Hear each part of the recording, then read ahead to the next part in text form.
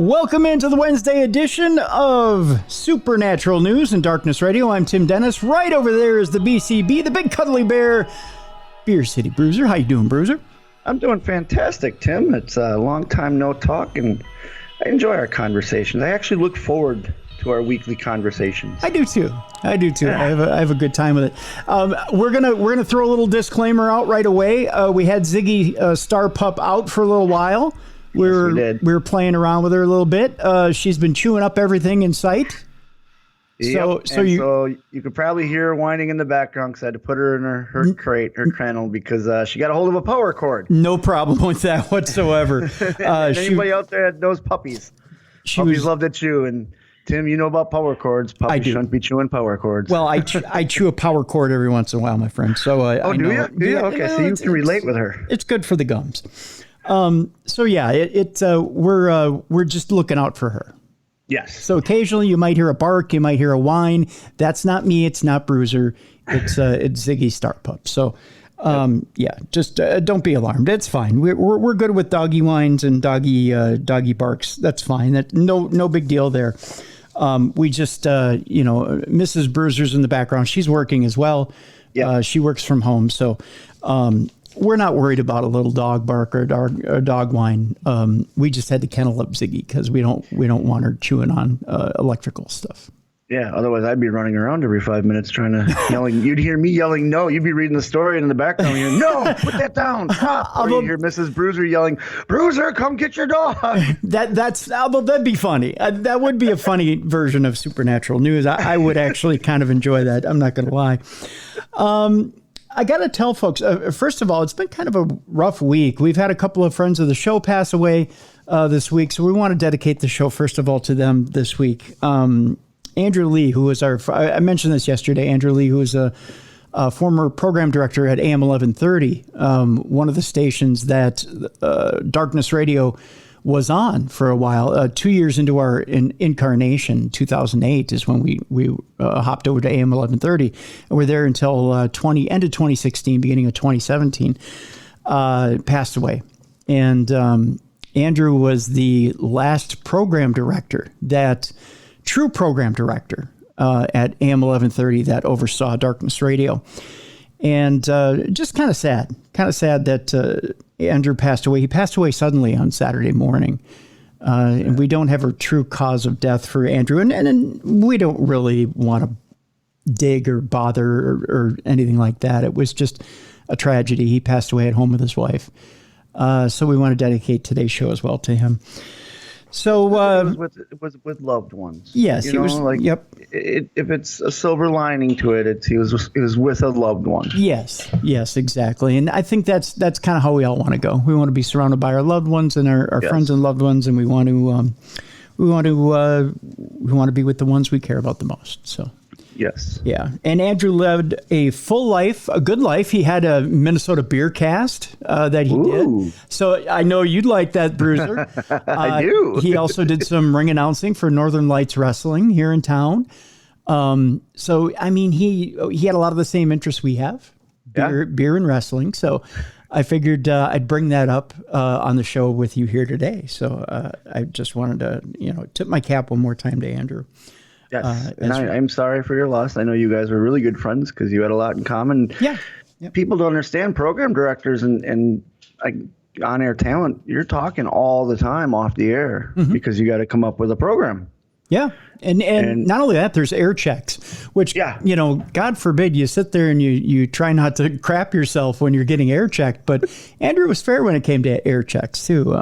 So, and he enjoyed the program. He was, I mentioned it yesterday, he was one of those program directors who, when he first saw that we were on the air, when he took over as program director of AM 1130, didn't know why we were on AM 1130. You had all these different news talk programs, and he looked at Darkness Radio, a paranormal program, and was wondering why we were on 5 days a week, along with Dr. Laura, Rush Limbaugh, Hannity, and said, you don't fit the format. Why are you on?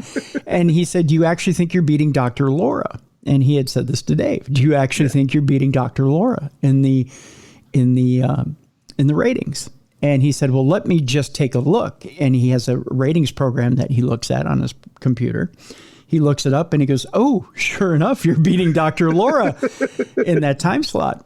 And so, and it turns out we were neck and neck with the morning show for many years. So he realized the value of Darkness Radio. And even at a time when there was no iHeartRadio app, even at a time when there was not a place for them to focus on not podcasting, but streaming. Streaming was their first focus, and then podcasting.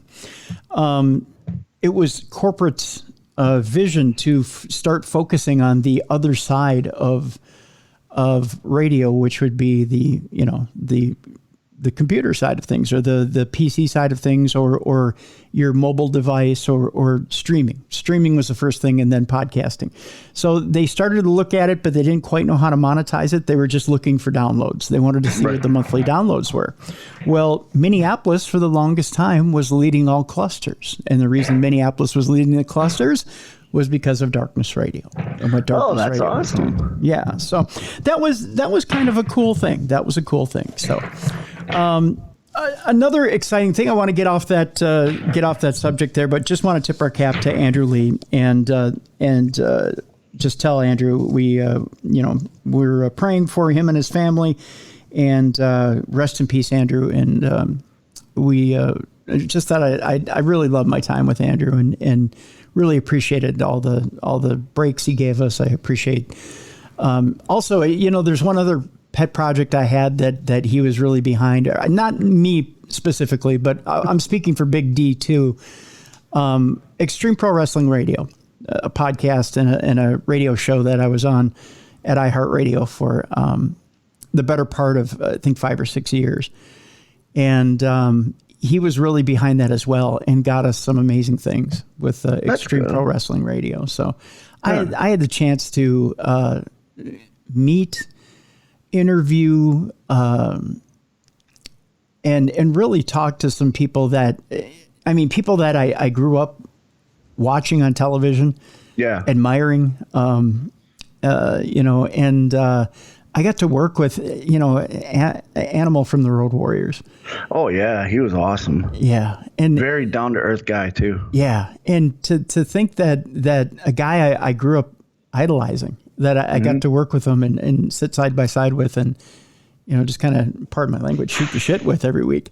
That was something, and the fact that Andrew championed that show. Yeah, I can't thank him enough for. So that was just really that, those are the things that I really have to thank Andrew for, because that was just something else. Well, he will be missed. Yeah, most definitely. Prayers to his family too. Yes, and good thoughts. Death is not easy to handle well. I mean, like, everyone always says, oh, it gets easier over time. No. You just learn to deal with the grief. That's what it is. It doesn't get easier. You just learn to deal with the grief. And sounds like he had a loving family. Yeah, you're right there, Bruiser. And yes, definitely thoughts and prayers go out to his wife and his son. They're gonna need it in the coming days. I want to mention here, Bruiser, that we have a new sponsor coming on board, believe it or not. We do. That's right. You were telling me about this. I'm excited for our fans to hear this sponsor. Yeah. Believe it or not, the folks at Audio Boom are working hard here. We've come on board, and just in a matter of a couple of weeks here, they've already got us our first sponsor. They're coming on board here, I believe, as of next week, but I want to give you a little tease. I know you deal with chronic pain issues with the underwater needle point, of course, and go through some rigorous stuff there. I myself have some chronic pain issues. I've broken my neck. I have 2 broken discs in my back, which are not fun. No. I've had a herniated disc in my back, and for fans out there that don't know what discs are, the discs are in your back. They're like little pockets of gel, and when you break or hurt them or herniate them, it is burning pain, I guess you could say, right? Yeah, almost like sharp burning pain. Yep, so you're looking for any kind of, because your back, people don't know this, but with your back, you feel it sitting down, you feel it laying down, you feel it standing up, you feel it walking, you feel it crawling. No matter what you're doing, your back is always doing something. Yes, and I also have a bone spur that's rubbing on a root nerve constantly. So I'm constantly in agony. And I know you have didn't you tell me once you're wrestling on a necrotic hip?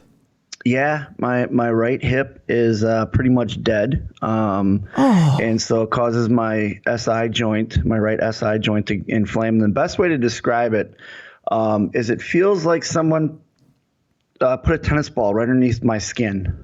And so no matter what I do, it feels like I always have a tennis ball there. And I will need, hip replacement surgery. It's just I'm too young right now. And it's from all the years of one of my idols is Mick Foley, Cactus Jack. And he used to do the elbow drop off the ring apron. So I thought I'll do that. And just years of landing on my right hip over the years, that eventually the bone it's done. And it's a dead bone. Oh, my God. Yeah. So, I deal with pain on a daily basis. And that's probably not the worst that I've had. I've had worse because my sciatica on that side, I've had that burned off. My sciatica is completely burned so that I don't feel the pain that was going down. But yeah. So. Oh my God. Necrotic hip. Well, my friend, I think we might have something to take a little edge off. That's why I was excited when you said we got the sponsor and you showed me what it was, and I was like, Tim, you and I are familiar with this. We can relate to the sponsor. We can. Lumi Labs has come to the rescue, and it's something I think that all of our friends out there who deal with chronic pain might want to listen up, because we have something that not only can help, it's all natural, and it's legal in all 50 states. Yep. Yeah. Lumi Labs, like I said, has come to the rescue with a gummy that is called Microdose. And you may say, well, Tim, what is Microdose? Well, Microdose is a gummy that has, let me put it this way. If you've tried CBD before, if you've tried a hemp gummy before, you've noticed that it helps, but maybe it doesn't quite get you there. Right. This gummy has a little bit, just a tiny bit of THC, just enough that it's within the legal limit. Of what the government will allow. In fact, it's less than 0.3% THC. I want to make sure I get that number correct. 0.3% THC. So the gummies that we have are organic, infused with real fruit, vegan-friendly, gluten-free. That's important, especially for people with gluten allergies, and made with lots of love. That's important too. You want to make sure they're made with. You want to have love. Yeah. They're also not your typical CBD hemp gummy. Fundamentally, what makes the gummies unique is that they contain more THC than other hemp gummies, but less than the maximum allowed by federal law. And that makes safe, reliable, accurate doses of THC legally available throughout the U.S., but not everyone is looking to get high, and that's what's important. Yep. Okay. Not everybody is looking to get a THC high, but they're looking to get the pain relief that you get from THC. And that's what's important about Microdose. So we'll be telling you a little bit more about Microdose in the coming weeks. Here on the program. I love that they do that, because you're familiar with this, Tim, too. Sometimes with pain medication, you get real lethargic and real tired. And, if you have a day planned and you take that, and then even with some CBD products and stuff, you get a little tired and stuff. This stuff, you're not going to get tired. You're not going to get hooked on it. It's just going to feel good. You're going to relieve all that pain. Yeah, exactly. So we'll tell you a little bit more about Microdose in the coming weeks. I'm looking forward to it. I got some samples yesterday, as a matter of fact, and I look forward to trying it. I'm going to try it today. So I'll let you know. Bruiser has his samples coming. So we'll file a report next week. We'll let you know exactly. And we're two to listen to, because we're two banged up old men over here. We are. We're two banged up old men. That's for sure. The dead hip and the Charcot foot. We got you guys covered. That's right. We got you covered. We had a big week here, Bruiser. We should jump into it. I tell you what.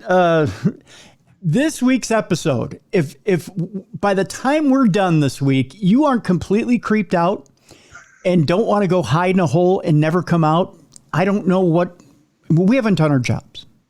Okay. I love creepy episodes. Let's creep these. Let's creep everybody out. I'm telling you, by the time we're done today, between aliens, AI, ghosts. Ooh. Okay. A couple of creepy ghosts, Slender Man, and you're going to laugh when I say this. A tornado of midges. I told you you're going to laugh. I am. I'm sorry. I shouldn't. A tornado of midges.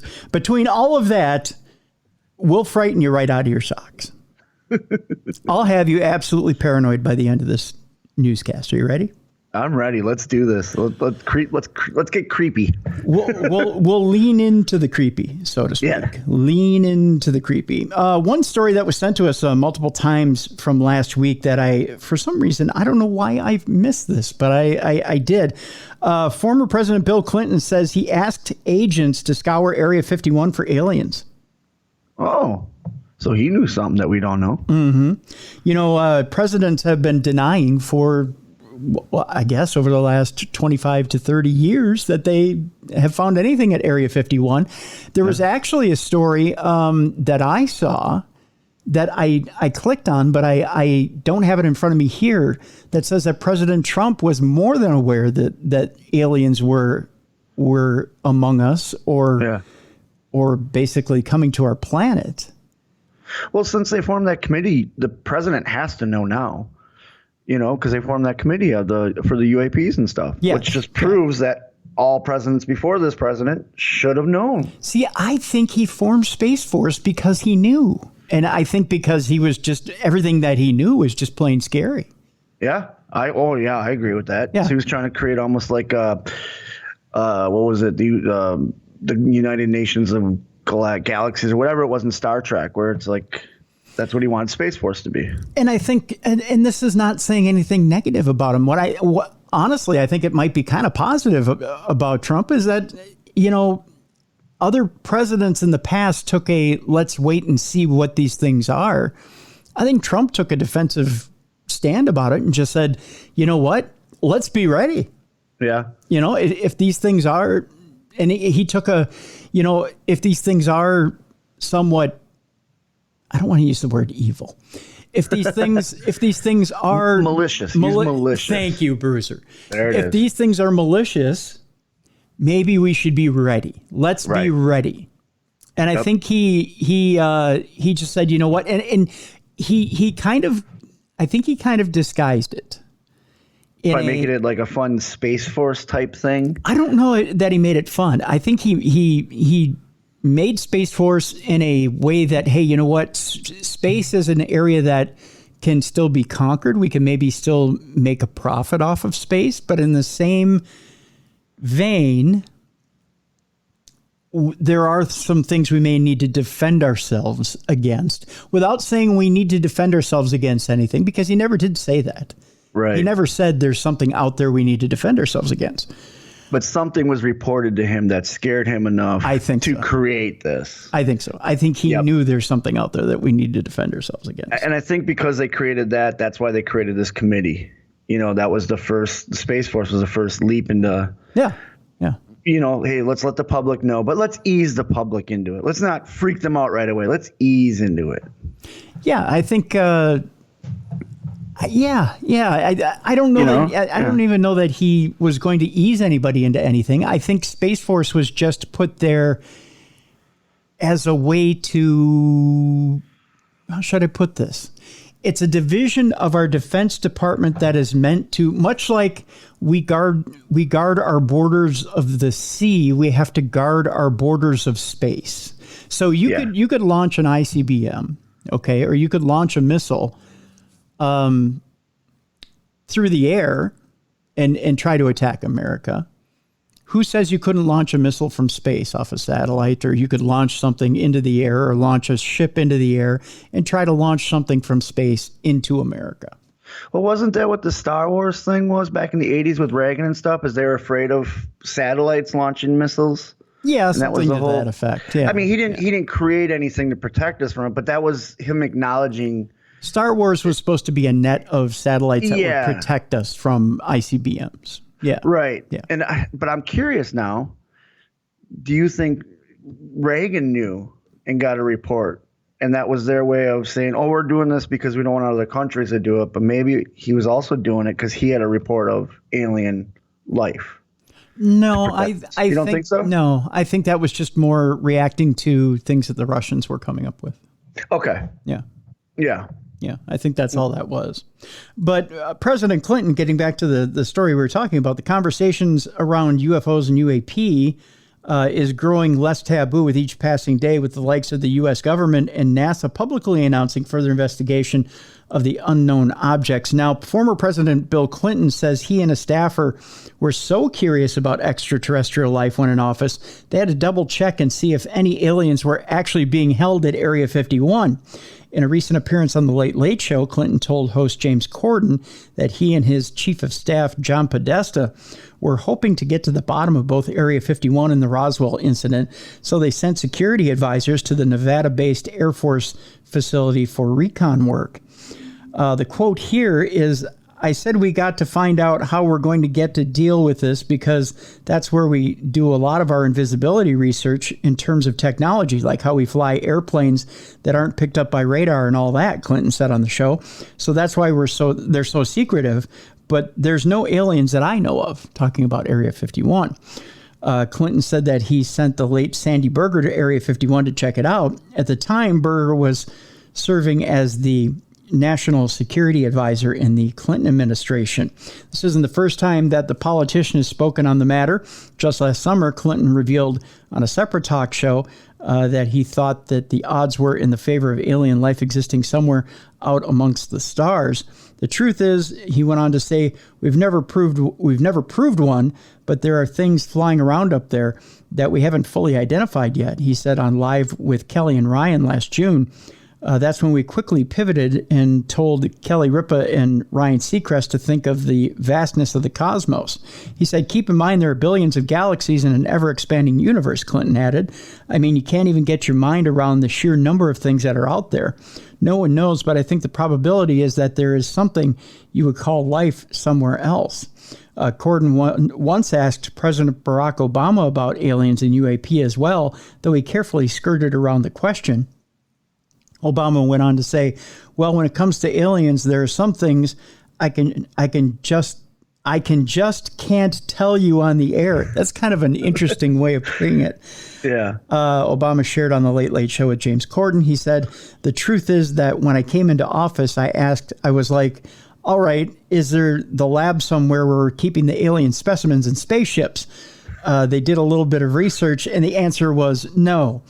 He added, what is true, and I'm actually being serious here, is that there is footage and records of objects in the skies that we don't know exactly what they are. We can't explain how they move, their trajectory. They did not have an easy explainable pattern. I think that people still take seriously. They're trying to investigate and figure out what that is, but I have nothing to report to you today. So, now that we look at it, now that we've seen these investigative hearings and we've seen the video footage they have and some of the papers that have come out from it, I think these presidents are telling the truth. But here I'm going to throw it one further, and that is that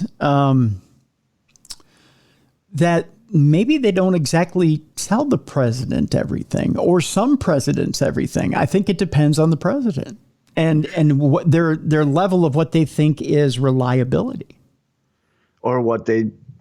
Maybe they only, I'm trying to think how to avoid this. They gauge how a president reacts to things and how he would react to that type of news, and that's whether or not they say what it is. Do you know what I'm saying? Like, well, if their go-to is, you know what I mean? Like, I see what you're saying. Or maybe they see how loose-lipped these presidents are. That's exactly it. So, in other words, President Clinton had what was looked at as a good relationship with the press. Okay. Yeah. But if you have a good relationship with the press, that also means you talk a lot to the press. So if I'm talking a lot to the press, I'm not going to give you the answers to the UFO question or because the alien question. We don't want that to spill out. Yep. Exactly. Because you may be buddy with, for example, James Corden, or you may be buddy with Stephen Colbert, or you may be buddy with one of these talk show hosts, and you may go on and give an exclusive to one of these talk show hosts. Yeah. Or you may go on 60 Minutes and you may give them an exclusive. So you don't necessarily go that way. And you got to think too, Clinton was one of the first presidents to ever do like a late night talk show circuit when he was running for office and stuff. Because I remember him going on Arsenio Hall, and that was a huge deal that he was on that. And he was on Saturday Night Live, and he was on all that stuff. So going along with what you said, if he would add vital information, such as the aliens and UFOs, that could have just leaked out as like just banter between the host and the guest. And then Obama was another one. Obama was on all these talk shows. Right. You know, he was on Regis. He was on Good Morning America. He was on all that. So again, I think I'm agreeing with you. I think you're right. They gauge how is this person's public persona, and are they available to the public? And I wouldn't go so far as to say character. Character is not, I'd say reliability, not character, yes. because yes. It falls on both sides of the aisle. I would go so far as to say Clinton, Obama, and Trump probably were not told. But I think maybe Ronald Reagan was told. Yeah, I think Reagan was, because Reagan had to deal with, because the Cold War was, right there when Reagan was president. And he had to know whether it was a UAP or if it was a ICBM. Exactly. Mm-hmm. And he probably died with secrets that still haven't been revealed. And likewise, I think, and people are going to think I'm nuts for saying this, I think Jimmy Carter knows. Really? You think him too, huh? I think he knows as well, because he's not one who you see sit down and do a lot of tell-all press interviews. You're right. He's not one to sit down and say and tell a lot about his administrations. Yeah. He'll talk a lot about humane causes. He'll talk about the Habitat for Humanity causes that he does. Yep. But he doesn't sit down and talk a lot about his administrations. No, he's a lot about charity work, especially post-presidential run. Right. It's all about the charity for him. Likewise, I think George Bush Sr., not Jr., I think he knew because he was in the CIA. Okay. I think he knew. But no, was he Clinton's vice president? No, he was Reagan's vice president. Okay, so there you go. He was Reagan's vice president. Like you said, he was in the CIA. So he was right there with the whole Cold War and all that. Yeah, so I think he knew as well. But I think his son didn't know. HW. No. HW did not know. No, and I don't think there's something, and you might say that, well, how would one president know and not another president, especially if they're father and son? I just think that there are some things that Senior didn't share with HW. And you got to think too, like parents out there, you don't share everything with your kids, especially when they're older. Yeah. Especially, and kids usually don't share everything with their parents either, but when you're older, and I'm sure that, and I'm pretty sure HW understood too, like, hey. But keep in mind too, that a lot of Senior's advisors, a lot of Senior's political staff ended up going to HW's staff and ended up becoming HW's advisors too. A lot of his administration and staff came from his father's administration and staff. So they could have known, and they could have handled it without HW knowing. Right. So you also got to factor in two wives, I think, because Michelle Obama was very sociable and very, I don't want to say attainable, but open to interviews. You know what I mean? I don't know if the wives have anything to do with it.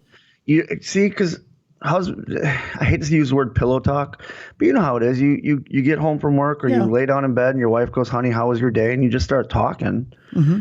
You know what I mean? I'm pretty sure some of the presidents had to have talked something with their wives. That may fall into reliability, though. Okay. The pillow talk thing falls into reliability. Who can you trust? Who talks to who who can hold their water. Okay. I think. So do you think, how about this? Do you think, so Bill, they kept in the dark. Do you think Hillary knows? Because she's a very powerful politician. No, you have to get to that level to know. Okay. So how about this? If she would have won, if she would have beat Trump, do you think she would have been informed? No. No? You think she would have been just like the husband, kept in the dark? Yeah. Okay. Yeah. Okay. And that's nothing against the Clintons. I just think that she wouldn't have been informed. Because she does have a good relationship with the press also. Yes, she does. Yeah. Yeah. Yeah. Yeah. Yep. And she, in a lot of press, there's. Yeah. I wonder how that's going to change now with this committee that's out. In the next, not necessarily Biden, but maybe the next president. Well, see, everything changes now with this committee. Yeah, because it's all public knowledge now. Like, right. They're admitting there's stuff out there they don't know what it is. This is really soft disclosure. What we're in right now is soft disclosure. Mm-hmm. How the American public handles what's been given to them is going to determine how far information is disseminated from here on out. How do we handle what's been given to us now? And that leads into our next story. And let's get into our next story here. Yep. Our next story has to do with actually the creator of the X-Files, who says he doesn't trust the U.S. government report on UFOs.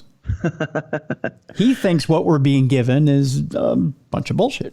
We'll put it that way. Really? Yeah. The report on UFOs discovered by American pilots not only did not clarify anything for the public, but it also, and this is according to the source I'm reading from, but is also likely to result in the emergence of new conspiracy theories, since some of its parts turned out to be classified. Chris Carter, creator of the popular X-Files series, writes in his article for the NewYorkTimes.com. As Carter emphasizes, in the current post-conspiracy era, quote unquote, catchphrases from his offspring have become a harsh reality, but the government still continues to lie to its citizens and hide information from them. This is what he claims. He says, quote, when we were working on the X-Files, preparing the first scenery for Agent Mulder's office, I came up with a poster with a picture of a UFO and the inscription, I want to believe. And it seems to me this phrase reflects how most people look at the question of the existence of extraterrestrial life. They are not that absolutely sure that it exists, but they are still waiting for some sign that will confirm this. That's the quote from Chris Carter. As Carter emphasizes, the universe is simply too big for us to be alone in it. Meanwhile, in the public domain not so long ago, perhaps the first evidence that people finally met aliens appeared in the forms of videos shot by U.S. Navy pilots with unidentified aerial phenomena. This is how it is now customary to call UFOs in America, the producer notes. And last Friday, a government-organized study of collected materials about unknown objects was presented in the U.S. Congress, the author recalls. Chris Carter writes, we were promised answers, as always. As much as I would like it, I myself have never seen a UFO or aliens, admits Carter. But because of the X-Files, I met quite a few people who claim to have seen it all. I've seen fuzzy videos of gray aliens walking around in someone's backyard. Carter goes on to say, I personally know an award-winning director who once told me with a serious face that he saw a UFO when he was in college. And Annie Jacobson, the author of the wonderful book, Area 51, introduced me to a man who worked at the secret facility for many years and saw how strange aircraft flew into and then flew away from the Air Force base located there. In general, for 10 years, I became a real magnet for such things, said Carter. The plot of the X-Files was built on a conspiracy theory that the government is hiding the existence of extraterrestrial life from citizens, the producer continued. He also goes on to say, do I think the government is lying to us? Well, of course. I'm from the generation of the Watergate scandal, Carter argues. Do I believe in conspiracy theories? Of course. For example, I am convinced that someone is attacking CIA agents and White House employees with microwave radiation, or otherwise known as Havana syndrome, which we've talked about here on the show. He says, although our government denies it, But can this new UFO report or any other report from government officials give us clear answers to all our questions? That's about it. I'm skeptical, as always, Carter went on to say. As Carter recalls, in 1996, Harvard University psychiatrist John Mack invited him to watch a hypnosis session of a woman who claimed to have been abducted by aliens. In 1996, he went on to say, I was invited to the clinic of the Harvard psychiatrist John Mack to witness the regression hypnosis of a self-professed alien abductee. I first met Dr. Mack, who studied and ultimately believed in alien abduction, when he came to Fox Studios to discuss his work.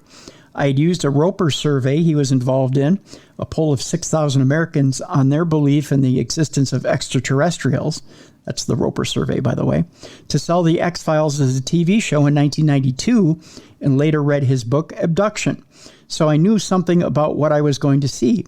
I went in doubtful, unprepared for the drama of a woman sitting next to me in tears and in terror over the encounter with aliens that she described on a beach in Mexico. The experience turned out to be powerful and not a little unsettling, he went on to say. A few years later, Carter happened to attend a conference held in the Californian city of San Mateo, dedicated to some secret program of the U.S. government. The participants of the event believe that within the framework of the program, the U.S. authorities, among other things, used technologies extracted from captured UFOs to create space weapons. He said, quote, outwardly, these people looked like respectable and well-deserved professionals. Among them were even ex-officials and lawyers, but at the same time, some of them also believe the armed forces have secret bases on the far side of the moon where they secretly hold meetings with reptilians, the producer writes. I know that sounds a little out there. Yeah. According to Carter, humanity has entered an era of quote-unquote uncertainty in which the truth sometimes becomes unattainable, and this gives rise to a whole host of conspiracy theories, starting with a documentary about the coronavirus called Pandemic and ending with the idea that we all live in a black hole created by the Large Hadron Collider after the discovery of the Higgs boson. The truth is somewhere nearby. Trust no one. Deny everything, the provocative signature phrases of the X-Files said, but this was in the 90s when we still lived in a relatively common reality. Now those slogans have become the harsh reality of life, he wrote. The videos shot by the pilots were not the only reason why UFOs were again in the spotlight. The New York Times also contributed to this, which in 2017 published sensational material about the secret U.S. Department of Defense program to search for real information about the saucers. According to the producer, all this together resulted in a new government report. Nevertheless, according to the author, the report turned out to be a failure. After all, there are no specific conclusions about where the unidentified flying objects came from and whether they are of extraterrestrial nature. And the fact that parts of the document were classified will only result in the emergence of new conspiracy theories. He says it's all very X-Files style, but besides that, it's also an occasion to ask some important questions. So he's basically saying, it's, it's just more X-Files stuff. And he doesn't believe it. I think he's right. I think they're giving us this to taste just to acknowledge that the public's not stupid. There's all these reports. We have to acknowledge there's these reports. I had to giggle at the reptilian thing, though, because that's my wife's favorite conspiracy theory. Really? The lizard people. Yeah, she gets a kick out of that. And I think there's always going to be conspiracy theories. No matter what happens in this world, there's always going to be a conspiracy theory. It's true. You're right about that. There's, one of my favorite things, and I've said this too when I've done my talks, are conspiracy theory, and I do a conspiracy theory talk, and I find them fascinating as well. Mm-hmm. Because the mind wants to fill in what it can't comprehend. Exactly. And we need to finish the story. We have an overwhelming need to finish the story. Mm-hmm. A lot of times when we can't comprehend why something ends the way it ends, we need to finish it. Yes, 100%. And a lot of times we'll go to places with a scant amount of evidence. We'll take that evidence and we'll finish the story with a scant amount of evidence, even if it's not true evidence. Yeah. It may be it may be a tiny bit of a fact, but we'll stretch that fact into a new reality and make it our reality. Yeah. I agree 100%. That's how conspiracy theories start. But it's like you said, it's our need to finish the story. Right. But that can be dangerous. It can be dangerous to make up new realities where there are none. That's why, and a lot of people it's dangerous to come up with the term fake news. I hate that term. Yeah. Because essentially fake news just means lying. Yeah. And it's, and because if you could be telling 100% the truth, I could tell you, Tim, the sky is blue, and which is 100% factual. But somebody else could look at that and say, Tim, are you sure he's not lying to you? Because he did say something about how that blue pen is red. And then you start questioning, because you have a question then. And that's how conspiracy theory is formed. Yeah. Because you question it, because you don't know. Well, and this is again, people who are uneducated about a point suddenly believe they're educated. If you're not educated in a field, you should, until you're educated in that field, you shouldn't speak about that field. I giggle when I hear people argue with people. Like, for instance, this has nothing to do with conspiracy theories or anything, but my brother-in-law, my wife is an accountant, so she knows tax law, she knows all that. And my brother-in-law is a truck driver, and he's looking to start a trucking business or whatever, and asked my wife, some pointers, like from the accounting side. And when she gave the pointers, he's like, well, I read on the internet that this is it. And she's like, no, this, and he's like, but on the internet, and he started arguing with her. And I'm like, so here's a guy who's never gone to school for that, never done anything, arguing with someone who has a degree in that, whose profession is that, and knows this inside and out, and on a daily basis is living that. And that's kind of like what you're saying, where non-educated people, they might read an article on Facebook, and now all of a sudden they think they're an expert, and they're going to argue with an expert who actually has trained their whole life in this field. And instead of saying, tell me why I'm wrong. Right. Or tell me what I didn't read correctly, or tell me why the article is wrong. They say, well, I know I'm right because I read something. Yeah. I like saying to people like that, like, well, list your sources. What are your sources? Yeah. Let me read your sources. Yeah. I want to read where you read it. I'll give you my sources, and then we'll come back to this. And the other thing, too, that's wrong with some things nowadays is people don't like, it's not that you're being proved wrong, but they want to be right the whole time. They're fighting to be right instead of being educated. Right. Exactly. Yeah. And that's the key. We want to believe what we read. That's the thing. And there's a difference between journalists who do what they do as a profession, who have been professionally trained, who know to find 3 credible sources and then report from those 3 credible sources and give you accurate information, and somebody who throws up an article on the internet. There's a difference. And it's really easy to find out which is which. Yeah. And anybody but people don't want to do the research. People don't want to do that research. Right. It's really easy to do. Yeah. Anybody can do it. Anybody with any level of intelligence can do it. It's whether you want to do the work. And I think people don't want to do the work because they don't want to be proven wrong. Nobody wants to be proven wrong. You and I don't want to be proven wrong on stuff. But right. Yeah. Not everybody's right all the time. And doing that research, there's that saying, it's better to be viewed as an idiot than opening up your mouth and proving you are one.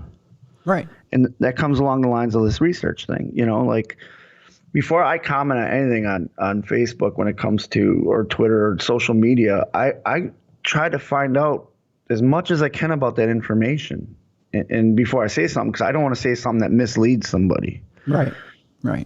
Because that's how this happens. This is what you and I are talking about. Someone maybe doesn't read all the way, they mislead, and all of a sudden you got 4 or 5 other people. Because social media, people forget on social media, I might tag you in a post, hey, Tim, check this out.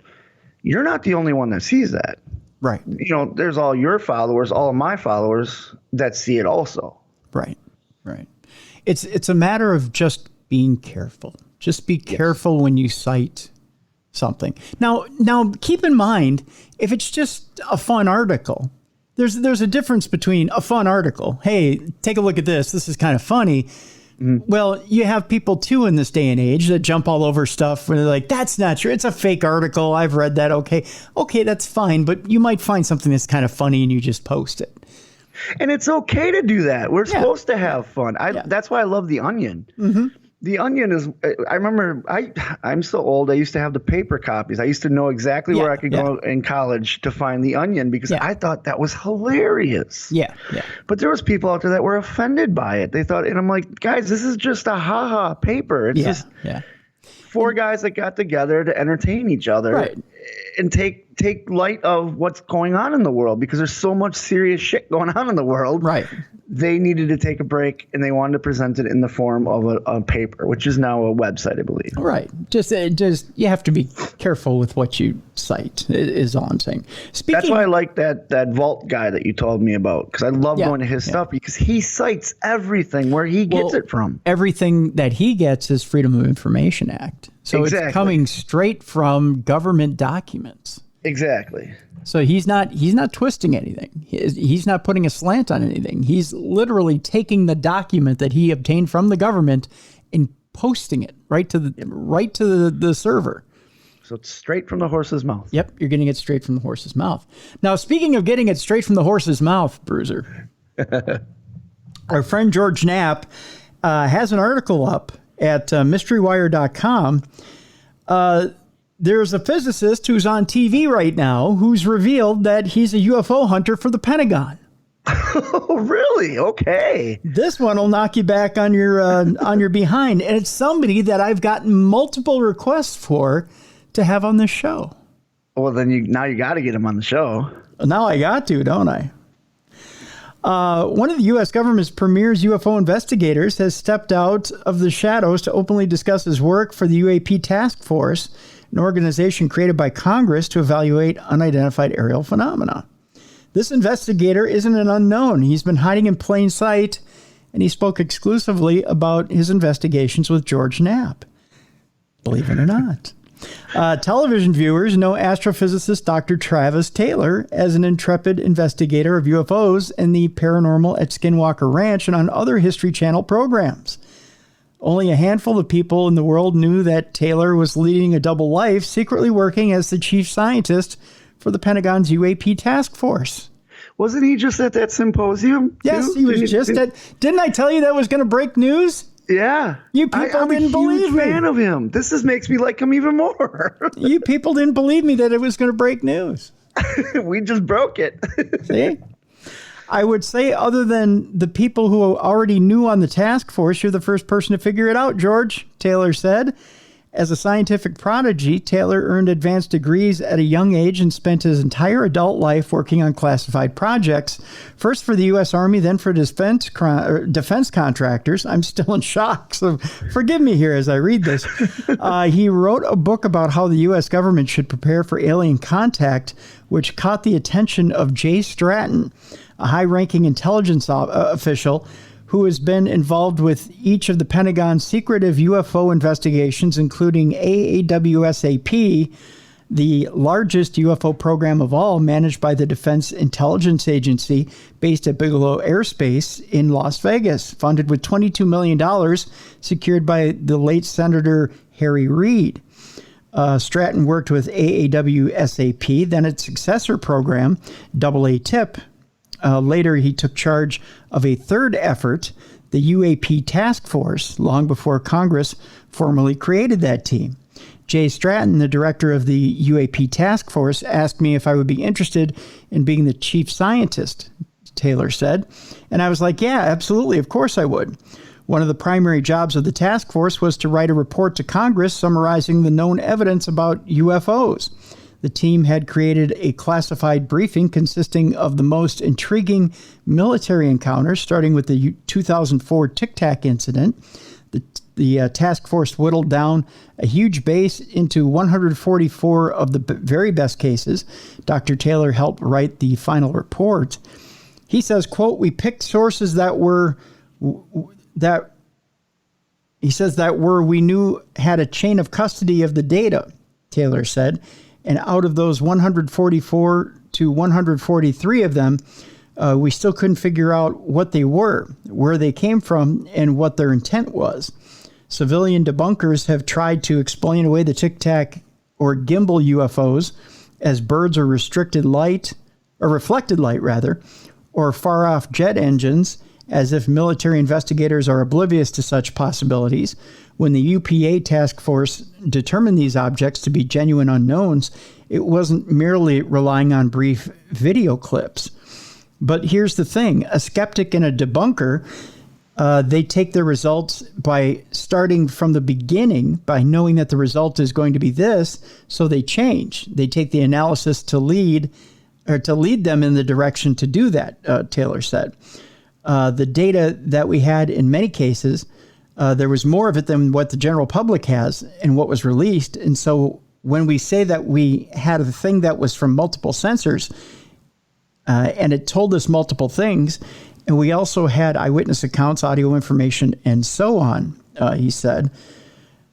Taylor and the task force spent 3 years analyzing the 144 incidents, including dozens of bizarre objects that buzzed multiple Navy ships in 2019. One of them were spheres that swarmed and kept pace with the warships. Others appeared as greenish pyramids. Wild. Task force members were stunned to hear a Navy official tell a congressional hearing last month all of these were drones, as if the mystery had been solved. Someone had to disregard the work of the task force to make that claim. We had a lot of sensor data on some of them that we couldn't determine what they are. I mean, it's as if our near peers doing it. If it's our near peers doing it, that's scary, he said. Some of this is written kind of weird.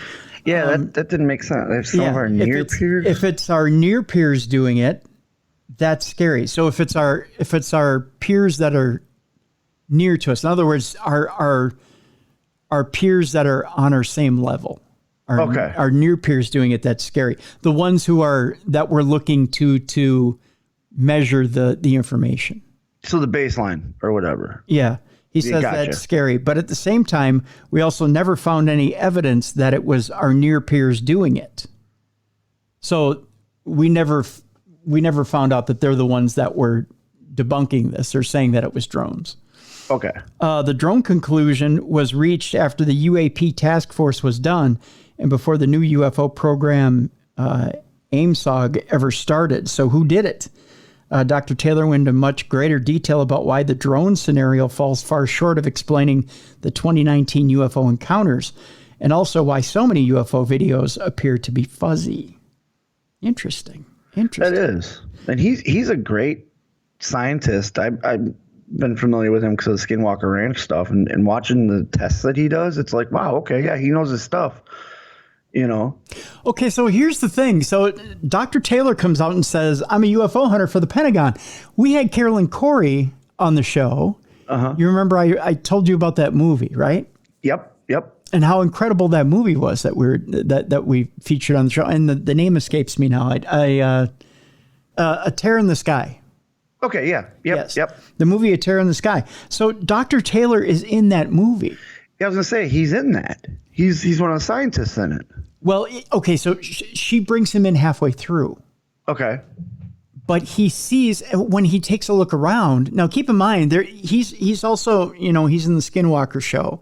He's doing the different, I'm putting a bunch of things together in my head as we're talking. I'm spitballing here. You're kicking yourself because you didn't figure it out, right? Yeah, that he was part of the task force for the Pentagon. Right. Well, not just that he's a UFO hunter, or he's basically proving that all this stuff exists. So he's conducting these experiments on Skinwalker Ranch, trying to prove that all this stuff exists. But at the same time, he shows up on A Tear in the Sky. He sees all this technology. He sees these Tic Tacs coming out of this portal. And I'm sorry if you guys haven't seen it yet. If you haven't, you need to see A Terror in the Sky, because I think I just, spoiler alert, I think I just spoiler alert, something happens. I think I just gave you the end of the movie. But he sees all these Tic Tacs, okay? And he sees all this phenomena happening. He's collecting all this stuff, so he knows it's there. No, but what's he doing with it? Yeah, that's what I'm curious. What is he doing with it? And do the producers and director of the movie did they know he was going to do whatever he did with the information? Right. Exactly. That's what I'm getting around to. Do they know he's bringing it back to the government, or or what's being done with it? So does he go back to the government and does he say, "Okay, I'm on this movie set and you should have seen the shit I just saw"? And does he document it? You think he'd have to, being a part of being recognized as a government employee and an official, you'd think you have to report that, especially since it goes along with what he's investigating. Okay, so now I got to get him on the show. Now I got to get him on the show. Definitely. Now we got to find out what's up with this guy. And you know what else too? He did that symposium. Do you think the government knew he was? They have to. Yeah, but like anybody that went to that symposium or watched it on Facebook Live or stuff, they need to realize now you just had an official government agent. I don't want to say agent, but someone that was officially assigned. He's working with the government. Exactly. Someone that was hired by the government to figure this stuff out. And folks, you got to hear him speak on these videos. I'm not saying this is a bad thing. It's not a bad thing. It's a good thing. Yes. What I'm saying is that the government knows that the stuff is out there. So they actively have an agent out there collecting the stuff. Yeah. And they're actively looking into it. So they know. They have boots on the ground. So is Skinwalker Ranch then being investigated by the government technically, because they have to be.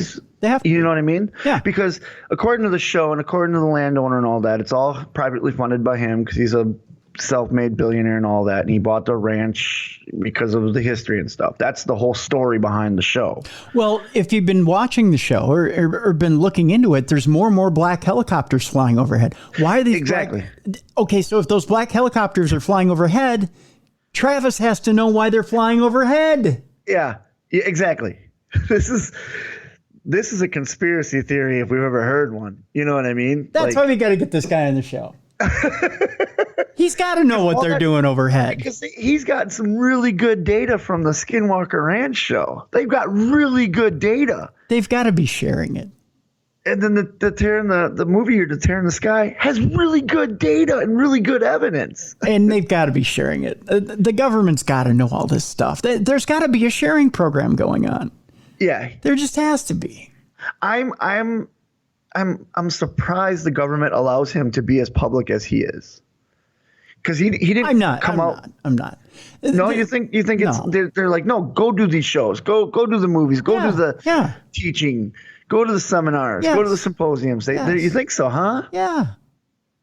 Because then they get more information back from him. And this is why, Bruiser. I'll tell you why. Because Dr. Taylor he's a very amiable guy, very nice guy. Yeah. And he has a way of being able to describe to the public what exactly it is. He can take science, a very hard scientific formula, a very hard scientific problem, a very hard scientific concept to wrap your head around and be able to communicate it to the average American Joe. Oh, yeah. That's why I love the show. That's why I love him, is because I hate to use this word, but he dumbs it down. Okay, that's one way of putting it. That's one way of putting it. But I'm just saying that for me. He's able to discuss it where me, a guy who gets hit in the head for a living, understands the science. That's why I became a fan of him. That's why I became a fan of certain people's, because when they can explain it in layman's terms so that I can understand it, I appreciate that. He could, and he does the technical terms too for the people that understand the technical terms. He does all that. Yep. But on the flip side, he explains too, now in layman's terms, this is what this means. Right. And let's face it, if you sit there and you try to put science out there in its raw form, most people's eyes roll back in their head and they take a nap.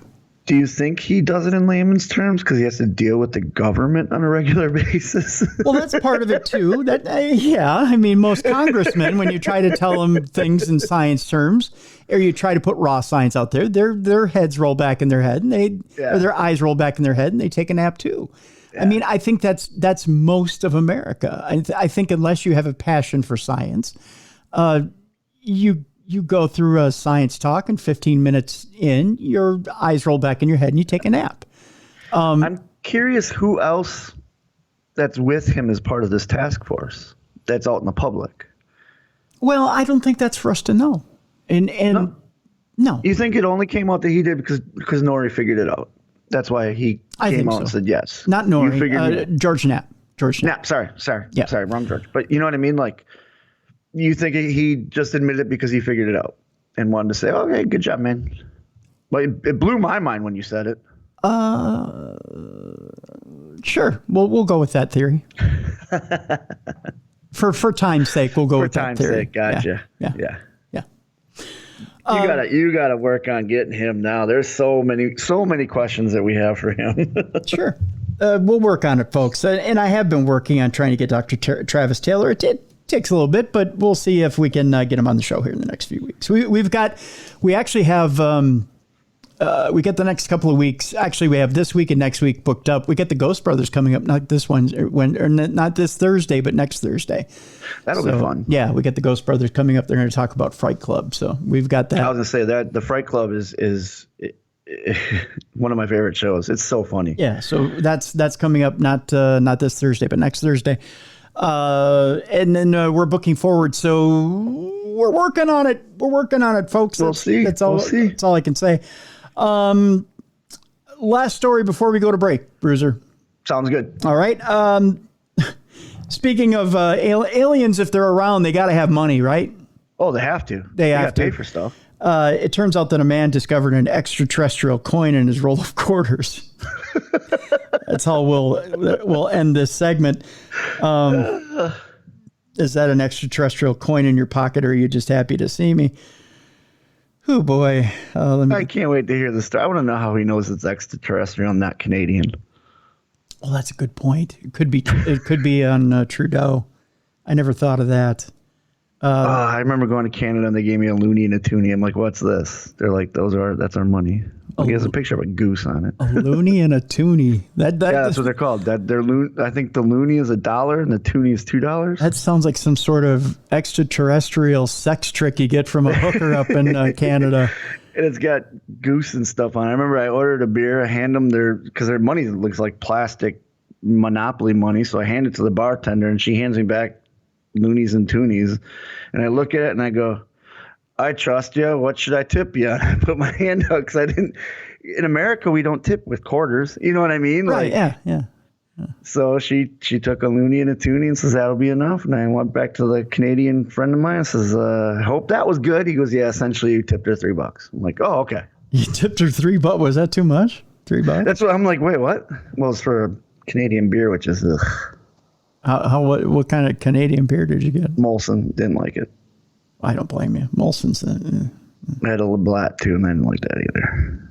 Which, after your story, if you ever want to hear a funny story about my Canadian experience with that, it's pretty funny. Actually, why don't you tell me? I'm trying to get the story up, and for some reason, so we're in Toronto for the underwater needlepoint, and we used to do this thing after the match where Brian and I would do a toast of honor, and we'd crack open a beer and we'd toast with the fans and whoever our opponent was.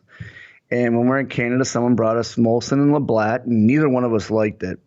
So we used to have a cooler that would travel with us. So someone brought us a 6-pack. We only took 2 for the match. So we put the 4 of the beers back in the cooler, which they then put on the back of the ring truck. Okay. Now you fast forward a month, and we're in Tennessee. And we opened the cooler and like, oh, there's still that Canadian beer in here. Like, we're not going to drink that. So we kind of set it aside. Well, Jay Briscoe, who was a fantastic wrestler, fantastic human being, and was one of my drinking buddies on the road, comes back after his match, walks up to me, goes, Bruiser, I know you got a beer. And I says, well, Jay, I said, I haven't gotten my beer yet for after the show, but we do have these 4 beers from Canada. He's like, I'll drink them. I said, well, I got to warn you, they're about a month old, and they've been sitting in the back of the ring truck. since Toronto. Ugh. I don't care. And he cracks them open and he slams all four and goes, damn, those were disgusting, but they're beer. And he walks away. And I said, yeah. And Brian and I looked at each other and said, that is probably the most disgusting thing we've ever seen. Was this how Jay was just, hey, it's beer. And he cracked them open and drank all four. Oh. Yeah. And they've been sitting there how long? A month in a cooler in the back of a ring truck in the summertime. Oh. I have new respect for Jay. So this story, okay, so it's not a loony or a toonie. Okay.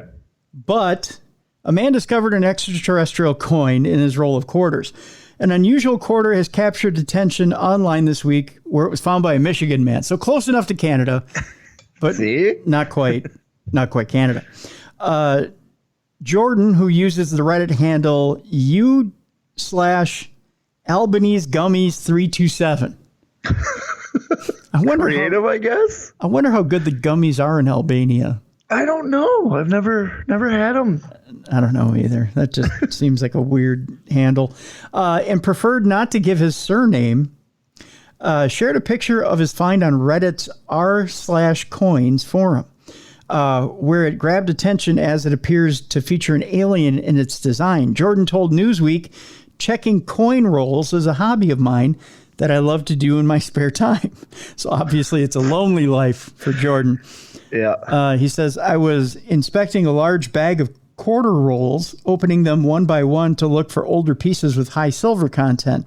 Well, silver is quite expensive these days. So I was going to say silver's gone up. So yeah.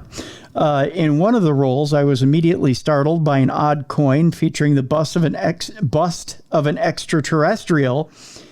It stood out in stark contrast to the bust of Washington present on the other coins, as it would. After sharing a picture of the coin, Reddit users headed to the comments to react. One user writing, "Oh man, that's nice. It looks like it was designed after hobo nickels." Hobo nickels? I never heard of a hobo nickel. We got to get in the coin collecting world, I guess, Tim. I got enough on my plate. Named for the people who popularized the craft, hobo nickels were popularized in the early 20th century in the U.S. when homeless people would alter classic coins, engraving their own designs using knives and other tools. It is believed that as many as 200,000 classic hobo nickels were created from 1913 to 1980, and today modern artists are still practicing the craft, often sharing their contemporary take on the classic art form on social media. I don't get the point of hobo nickels. Like, it's not currency anywhere, and you're defacing currency, which is a felony. I guess because it has no value. Or the nickel really is not, I mean, you can't really spend a nickel anywhere. Well, in 1913 you could. Yeah. Now these nickels are sought after collector coins and are even recreated in castings. So the hobo nickel is worth more than a nickel. Go figure. Awesome. I love it, commented another Reddit user. But many were interested in what was on the other side of the coin, with multiple commenters asking, what does the back look like? The owner of the unusual piece wrote, the backside shows the date of the apocalypse. Only those that own the coin can see it. Oh, here we go. I would be super, and this is the creepy part of the show, I guess, right? Yeah. I would be super excited to find this, said one Redditor on the popular rcoins subreddit, and a little afraid, but mostly excited. After spotting the coin, Jordan took it to be inspected by a dealer at his local pawn shop. He reassured me that the Federal Reserve isn't being run by aliens and that the coin isn't all that rare. He identified it as a hobo nickel worth around $10 to $20 to collectors. It's still worth $10 to $20. Yeah, you're still getting some good money. It's worth more than a nickel. Although I was rather disappointed that I hadn't stumbled across proof of a government conspiracy or something valuable, the truth is still out there, Jordan said, and I'll continue to search coin rolls to find it. Here, Bruiser, I'll show you the picture of the hobo nickel that... oh, that's really cool looking. Isn't it? Yeah. I'll put a link on the description of the show so you can see the hobo nickel for yourself. That is really cool. Yeah. But do you think there's an alien out there goes, oh, look at this. Our nickel is now worth $10 on Earth. Quick, honey, clean out the spare change. And to give you an idea, it's from 1937. Yeah, you can see that right there. Yeah. So I wonder if he had cleaned it, because it looks clean. It is very clean. Yeah. Something else, I'll give you that. Well, I tell you what, let's take a break at this point in the program. When we come back, man, the second half of the program is going to creep you the F out. We're going to start with a Parashare story. That's how we're going to lead in to everything. And then it's only going to get worse from there, Bruiser. From there, we're going to talk Slender Man. We're going to talk, actually, the Slender Man killer. You remember from your old home state of Wisconsin? I'm very familiar with that. My son went to school with them, so. Yeah, really? Oh, yeah. We're going to talk about a child impaled by a catfish. That brings a whole new meaning to catching catfish with your hands. Oh, you know what? I was going to talk about this mystery rocket. Should I tell you about that real quick before we go to break? Yeah, let's talk about mystery rockets. Let's see if I can get this story going here. Let's see. You know what? We'll talk about it after the break. There's a mystery rocket that showed up this week out of nowhere. That's a little creepy. We'll talk about the fact that, are you ready for this? This is the creepiest of all. We're going to get into AI. Oh, yeah. And later in the program, ALXA. I can't say it because she's nearby. Yeah. Will eventually be able to play the voices of your dead loved ones for you. Oh, that's just creepy. Isn't that nightmare fuel? Yeah, but it also could factor into a lot of good practical jokes. Couldn't it, though? That's coming up later in the program, Bruiser. I got goosebumps. That does creep me out. Didn't it? Right here. Can't you see it right there? Right there? Yeah, it's right there. Yeah. I saw that story and I cringed. Yeah. I'm telling you, man, this is one of the creepiest, and we're calling it the creepiest episode of Supernatural News ever. And that's coming up in just a few moments right here on Supernatural News. It's a Supernatural News Wednesday right here on Darkness Radio.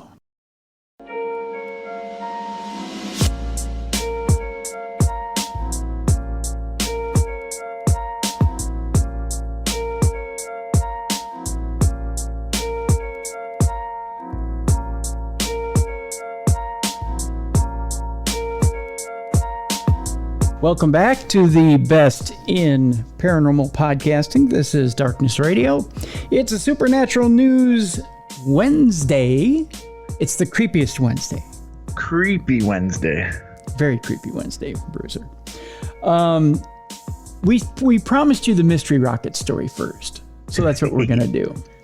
We'll ease into this second half, and then we're going to go to a Parashare story that we have here. Okay. Mystery rocket crashes into the moon and leaves a baffling double crater. A double crater? A double crater from where it landed. Mystery rocket body crashed into the moon and left a double crater, which is an even bigger mystery to scientists. This means it wasn't your average rocket, NASA reported in a June 24th news release. So far, none of the Earth's space exploring nations have taken credit or blame for the crash. No one wants to be like, oh, yeah, that was us. Yeah, we put that thing there. Yeah, we did that. That was us, yeah. See that rocket? That was ours. We launched that bad boy up there. NASA says astronomers spotted the rocket on a collision course with the moon last year, and we're waiting to see what might happen. Well, it crashed. Yeah. It hit March 4th and apparently put on quite a show. Surprisingly, the crater is actually two craters. An eastern crater, about 18 meters in diameter, about 19.5 yards, superimposed on a western crater, 16 meters in diameter, about 17.5 yards, according to NASA. The double crater was unexpected. No other rocket body impacts on the moon created double craters. Okay.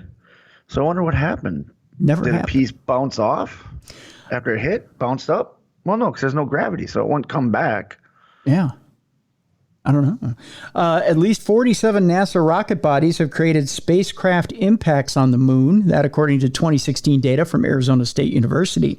NASA's Lunar Reconnaissance Orbiter spotted the double crater site near the Hertzsprung crater, a complex impact crater on the far side of the moon.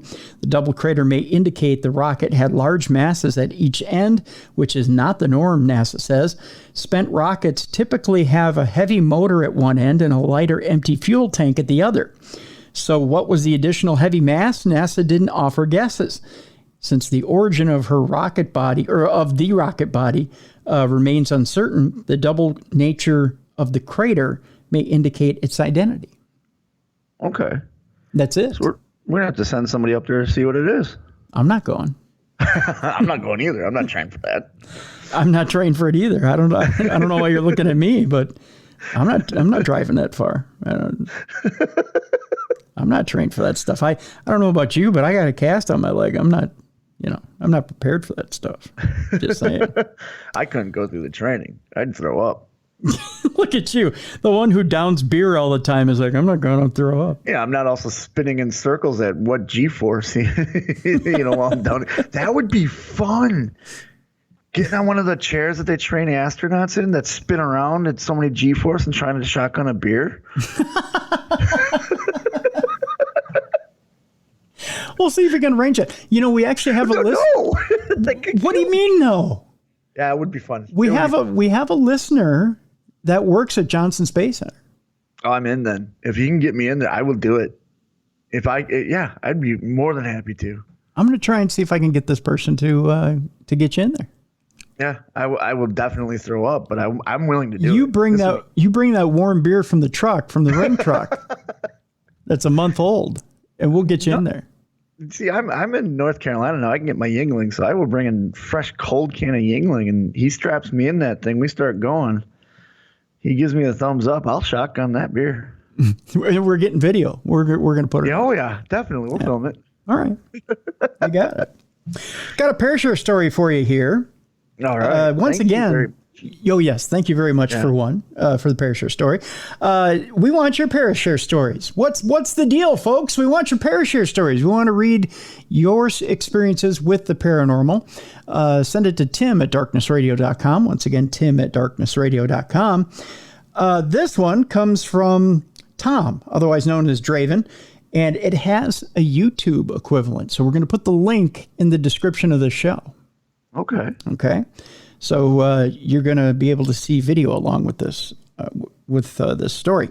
Says Draven says, I first heard of, I keep thinking of Tommy Dreamer when I think of Draven. I think maybe they went to camp together and that there's a story along with this. I think of The Crow, Eric Draven. Oh, good one. Yeah. Says, I first heard of Darkness Radio on Talk as Jericho and have been a fan ever since. I even downloaded and listened to the last few episodes you guys had up at the time from the old radio show when you started on podcast 1.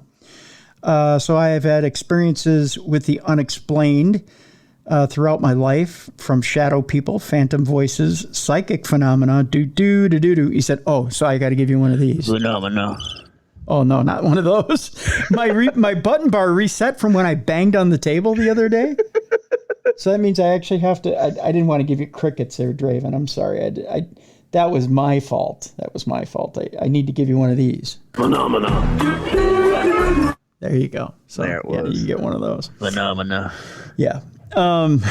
So I've had experiences with the unexplained throughout my life, from shadow people, phantom voices, psychic phenomena, and seeing UAPs. If I were to sit down and write them out, I would have a decent sized book, but I'm writing to you guys about what experiences my family and I have been having in our current home.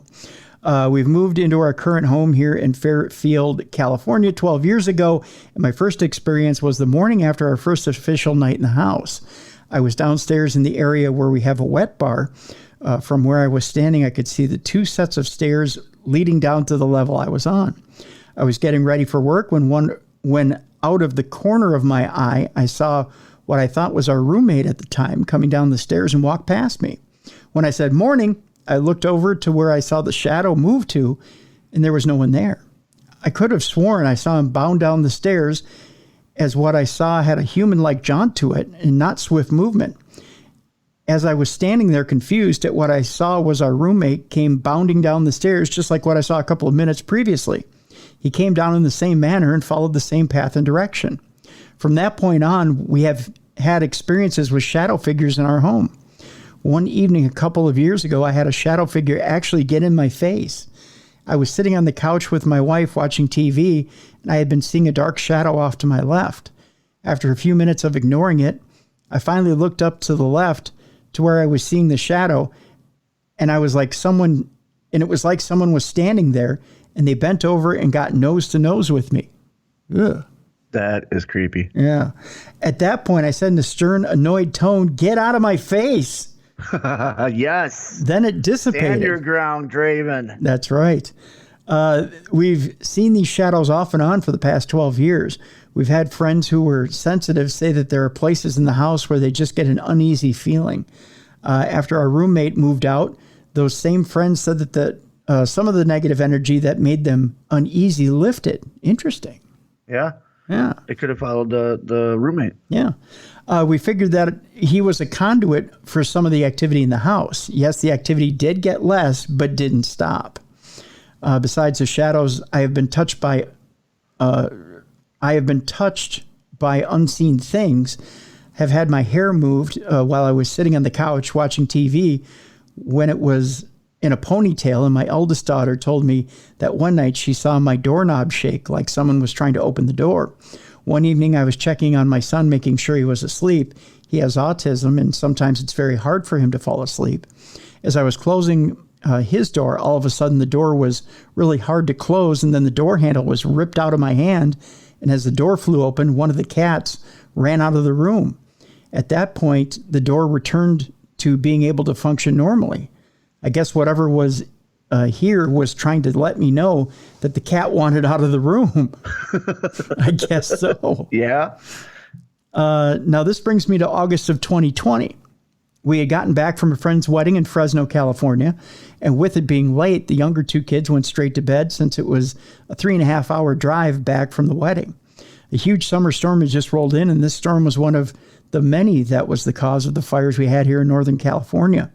My wife and I had been watching TV in our bedroom, and our oldest daughter, who had to work that day and didn't go with us to the wedding, was in her room working on homework, when all of a sudden we heard a loud banging coming from downstairs. I got up and left my room to see what the banging was, and so did my eldest daughter. While we were upstairs in the upstairs hallway, the banging happened again.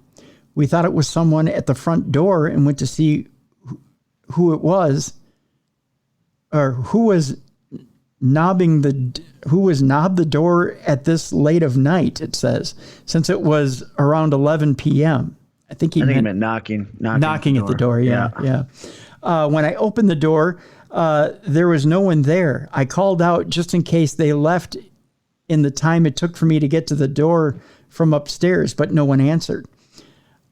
I went back upstairs and asked my daughter to look out her window to see if anyone was outside, since her bedroom window faces the front of the house.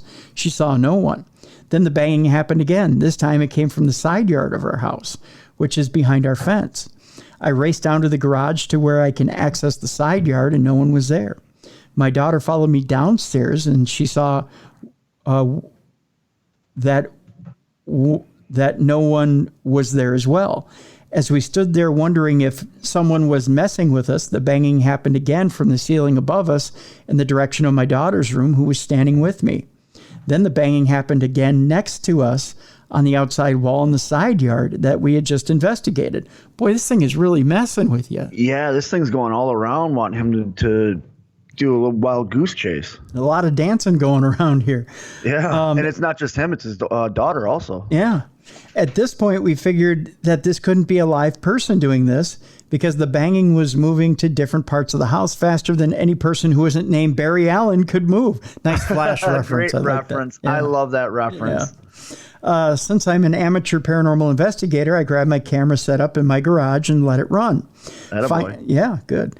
Finally, the knocking did stop, and we settled in for the rest of the night.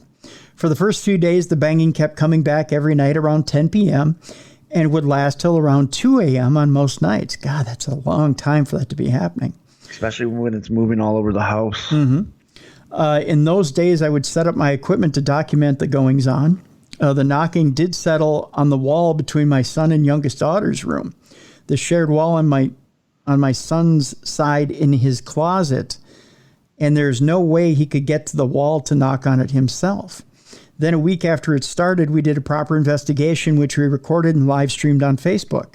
The knocking, banging did continue and then lessen in its frequency, but truly hasn't gone away. It did pick up again a few weeks later when we had a huge storm rolled through here, but then has gone quiet again. I've posted on YouTube the videos of what has been going on in our home. I've included the link to the playlist of the videos in this email if anyone would like to watch them. We're going to post that link on the description of this program so you can watch those videos and see some of the things that have been going on in Draven's home. I will be continuing to post what videos we have of the goings-on here in our home. So sorry for the long email, but the quick history of our home is needed to preface the goings-on. Love the show. I really enjoy the addition of Beer City Bruiser since the show's restructure, and will continue to listen until the day you stop. Well, we're stopping today. No, I'm just kidding. No, kidding. We're not. And that comes from Draven. Thanks, Draven. I don't mind the length of the email because there's a lot of good information in there. Yeah, most definitely. So, yeah, good stuff. Good stuff. Like, there's a few things happening. Like, the original thing he said with the roommate almost was like, I was thinking a Mandela effect or a time slip thing. Mm-hmm. Because he said his roommate came down the same exact thing. And then I got to give him props. We're going face to face with a shadow person. You don't like those? And well, no, I don't mind them, but like they're scary. You know what I mean? I mean, obviously they're terrified of you, Tim, but they're not terrified of me. So they do come around me. Yeah, true. But him to get right in the face of it and say, get out of here. That could have led to what the banging and stuff like that.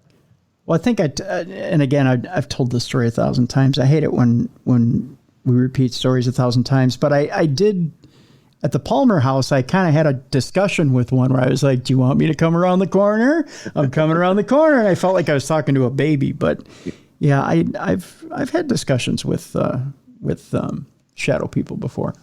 And please, Draven, keep documenting everything that happens, especially if your house is that active. And it doesn't sound like it's malicious in any way. It doesn't sound like it's harming his family. Right. It doesn't sound like they're in any harm, So right. And it doesn't sound like the investigations make it any more angry. It does sound like it doesn't like storms though, but you can't control the weather. Yeah, that's true. You can't control the weather at all. Yeah. But yeah, like Bruiser said, keep documenting, and we're going to post those. We're going to post those videos on the description of the show, so you can take a look and see exactly what Draven has going on in his home. And I do want to say I'm glad to hear they're safe from those fires. Yes. That ravaged the state of California. Yes, it did. Quite a bit. Our next story. Boy, oh boy. Yikes. We're just going to get creepier and creepier here. We started with a shadow person in someone's face and going up from there. Yep. This next story tells you why I don't fish. Okay. Not because I fall asleep in the boat. I mean, that's one of the things. But a child was impaled by a catfish during a Florida fishing trip. Ouch. A child under the age of 10 was rushed to a hospital last week after being stabbed in the chest by a catfish. The child. I don't know there's anything sharp on catfish. The catfish spines. Okay. See what is that, mudding when they do that? They go in the creeks and they fish with their hands, basically. I think it's called like mudding or something like that. Yep. And I guess they do have spines, don't they? Yep. Child was impaled by catfish spines during a fishing trip in Florida, Pasco County. Of course, it's Pasco County. Pasco County Fire Rescue PIO Corey Deerdorf, that's what it is, confirmed to The Sun. The incident happened in Newport Richey. I have relatives in Newport Richey. The officials said as the child's mom was taking the victim to a nearby hospital, the youngster experienced shortness of breath after the mom called 911. Firefighters with Pasco Fire Rescue responded and listed the child as a trauma alert. The young victim was then flown by helicopter to St. Joseph's Hospital in Tampa. That's how you know it's serious. Yeah. Deerdorf said the child remained in stable condition at the hospital. He noted that it's unknown whether the catfish was venomous, which can happen. I didn't know that either. Yep, especially there in your neck of the woods there, Bruiser. Yeah. Pasco Fire Rescue took to Twitter to share footage of the helicopter transporting the child. Replying to another Twitter user, Pasco Fire Rescue explained the child was stabbed in the chest by the catfish's stinger. I didn't know they had a stinger either. They have a stinger, Bruiser. Yeah, they ain't an innocent fish, that's for sure. The stinger entered the chest cavity approximately 1 to 1.5 inches and caused shortness of breath. We're hoping for a speedy recovery. Well, yeah, you gotta, because even if it's not venomous, it's still under that water, which is disgusting and full of bacteria. Mm-hmm. That gets inside you, and it can just not be good. So hopefully the child is doing well. Let's get deeper into the creepiness, shall we? I don't know. You scared me with catfish now. I didn't know they could be that dangerous. They are, my friend. I just know they're delicious when they're fried up.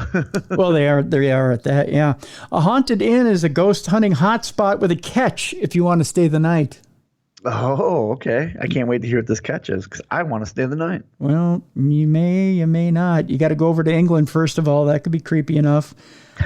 This haunted hotel is only for guests who love things that go bump in the night. Those brave enough to enjoy a stay at Ye Old King's Head in the UK. I know the King's Head. Do you know the King's Head? I'm my good friends, the Haskins. They love the King's Head because of its paranormal background. Well, then they're quite brave, I guess.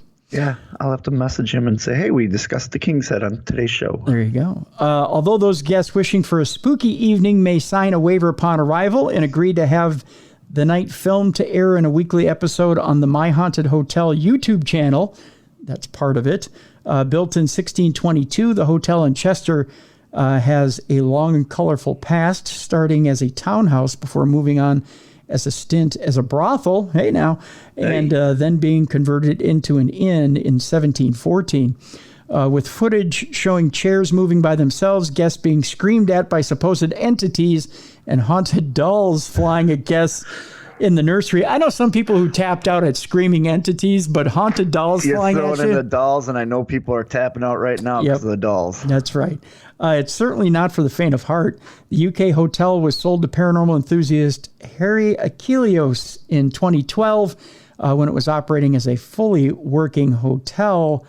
Achilleos, who's had his own paranormal group in 2011, or had one since 2011, knew of Ye Old King's Head and got to know the landlord and started looking into the hotel for private events.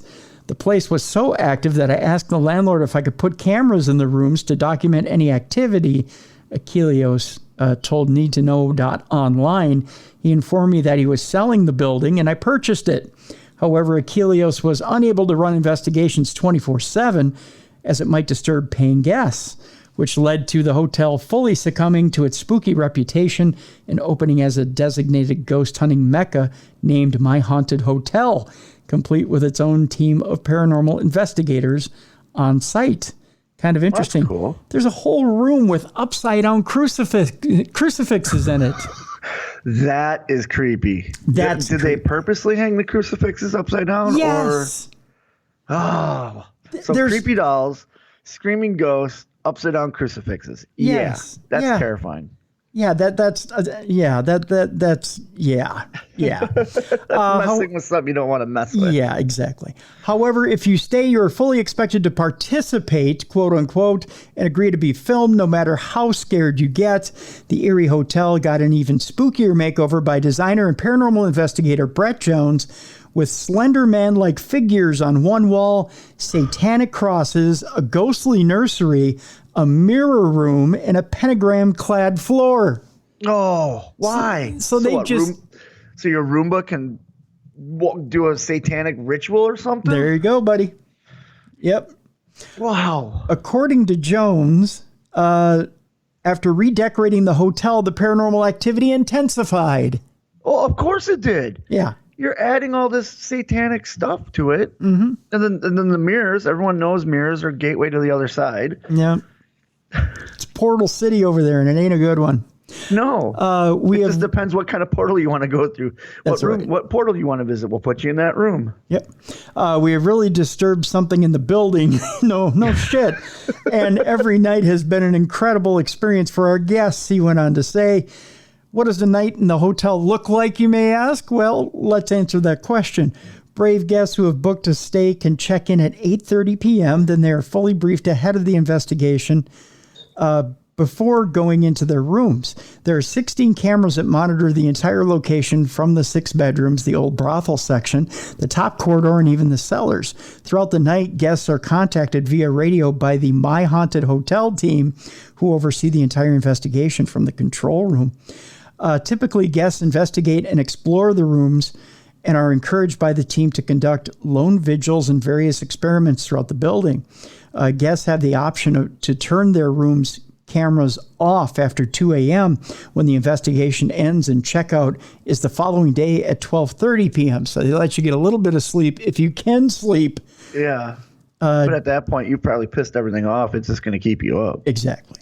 Danny Moss, a paranormal investigation team member and also a star of the spooky series The Haunted Hunts, says they've captured everything from disembodied voices, footsteps, and even poltergeist activity. Our most famous capture so far was in room 6 with the rocking chair moving by itself at 3:28 p.m.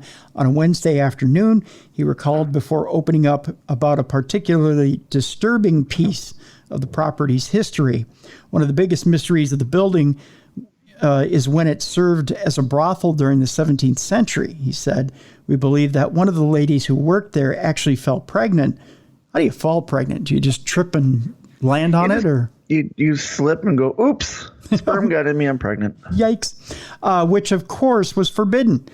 We believe the man who owned the brothel may have murdered her and her child and buried them in a part of the building. Well, yeah, you can't make money off her anymore. Yikes. Stays at the hotel start at about $172 per room, with 2 people per room and 3 on special request. That ain't bad of a price. Well, no. $172 per room? You want the hell scared out of you? It's perfect. I'd stay. Come on, you wouldn't stay? Oh, I'd stay. Nothing happens around me. Yeah, that's right. I'd get a nice night's sleep and I'd leave. And I'd be like, Tim, this happened and this happened and this happened. That's great, Bruiser. I had a nice night's sleep and I left. You're like, I let my camera run all night. Yep. They got pictures, they got video of me sawing logs. Yeah, I had a great time. I took pictures and nothing happened. All right, let's dive deeper in the creepy. Okie dokie. What would be your worst nightmare? Being buried alive. Oh, we're going to get close there, my friend. You just about hit it on the head with this one. Yeah. A dead baby started crying as the dad took it to the cemetery. Yeah, that would creep me out. Mm-hmm. Yep. A heartbroken dad who was taking his supposedly dead baby to a cemetery to be buried after hospital doctors told him and his wife that it was stillborn was shocked to hear it crying in the car on the way there. Oh, yeah, that would creep me out.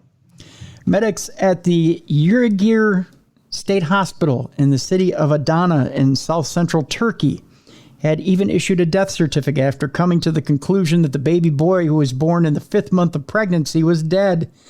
32-year-old mom Melek Sert had been experiencing pain and went to the hospital on December 27th of last year. She was treated after being discharged on December 30th, but she fell ill again on New Year's Eve and was taken to the Seyhan State Hospital where her condition deteriorated. Doctors told her that she was having a miscarriage and explaining that her baby was dead. The newborn was delivered naturally, and Dad Hassan Sert then took his supposedly dead child to the cemetery for it to be buried. But on the way there, it suddenly started crying. Oh, the baby boy is now fighting for its life in intensive care. The stunned dad had said that, pardon me, okay, so as I'm reading this, another window popped up with another picture of the gravesite. Oh, that was weird. Was it in a coffin? Like, because they pronounce it dead. How was he getting it? I think it had to have been in a coffin. It had to be, right? Yeah. He's going to bury it. He's going to have a funeral for it. Yeah. Right? Yep. The stunned dad had said that anyone wanting to help, the baby boy is fighting for his life in intensive care at the time that this was published. The stunned dad had said that anyone wanting to help or has an ORH negative blood type can donate to the baby. The baby is fighting for its life.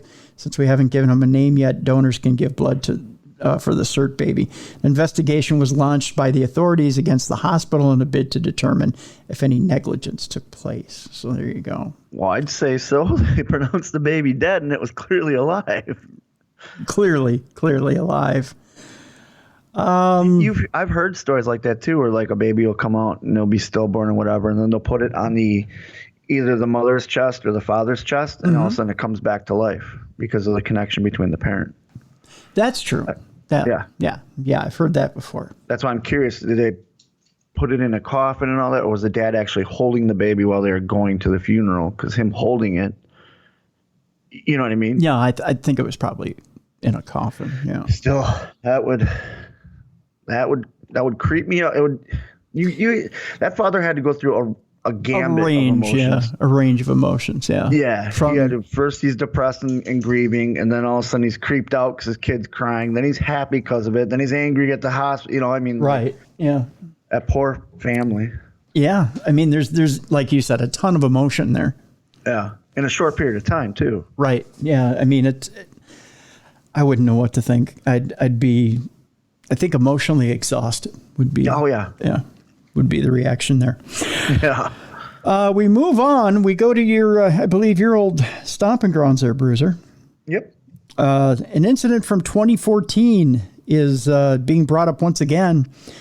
The Slender Man attacker is seeking a conditional release. Yeah, she's been for a while. They both were for a while. Like I said, my son and daughter. My son went to school. They both of them went to the same school. My son was in her grade. My son knew all three that were involved, the two attackers and the victim. Wow. The woman had tried to kill her classmate because she believed it would appease the fictional creepypasta character Slender Man. Yep. The chilling incident, which occurred in 2014, saw Anissa, is it Weir, I believe? Anissa Weir? Yes. Morgan Geyser, who were both 12 at the time, lure one of their classmates out to a woodland park in Wisconsin before attempting to take her life. The senseless attack was reportedly dedicated to Slender Man, a fictitious entity invented on an internet forum who typically appears as a very tall, thin individual with a black suit and no face. Geyser, who pleaded guilty to first-degree intentional homicide in 2018, was sent to Winnebago Mental Health Institute, where she was determined to be suffering from mental illness. Weir, meanwhile, had also been sent to a mental health facility, but was later released on the basis that she no longer represented a threat to the public. Now, Geyser has been petitioning to be released on similar grounds. She will be subject to a renewed medical evaluation with a decision expected later this year. Yeah, she was the, I don't want to say brains behind it, but she was. And my son would say, like, she kept a sledgehammer in her locker, and her home life wasn't very good, I guess. And my son just said, because when it all came out, first of all, I'd check on my kids, especially my son, like, hey, did you know them? Are you okay? Because their whole school that whole week, they wore purple for the victim. The news was there. In fact, my son was interviewed because he knew who the girls. The victim, she came back and living a semi-normal life, which is good, but they always tried to keep her name out of everything. Yeah. But I remember the girl, the one that was at the Winnebago mental hospital, the reason they sent her to the mental hospital, because they went through that whole thing. Do they try them as adults? Do they try them as kids? How do they put them on trial? And she had said that she still believed in Slender Man, and that's why she was sent to the mental hospital, is because she still believed in everything, and that she had to appease him and all that. And I know over the years she's slowly changed. The other one never really believed. She just was following along with her friend, and that's why she got a lesser sentence than the one. Huh. So, yeah. That is bizarre. Yeah, the father, I've met the father of the one, and just not a good person. No.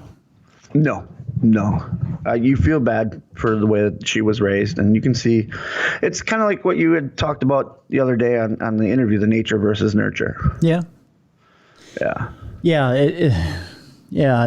Sadly, when it comes to stuff like that, it's hard to, I don't know, it's hard to see how to treat someone like that.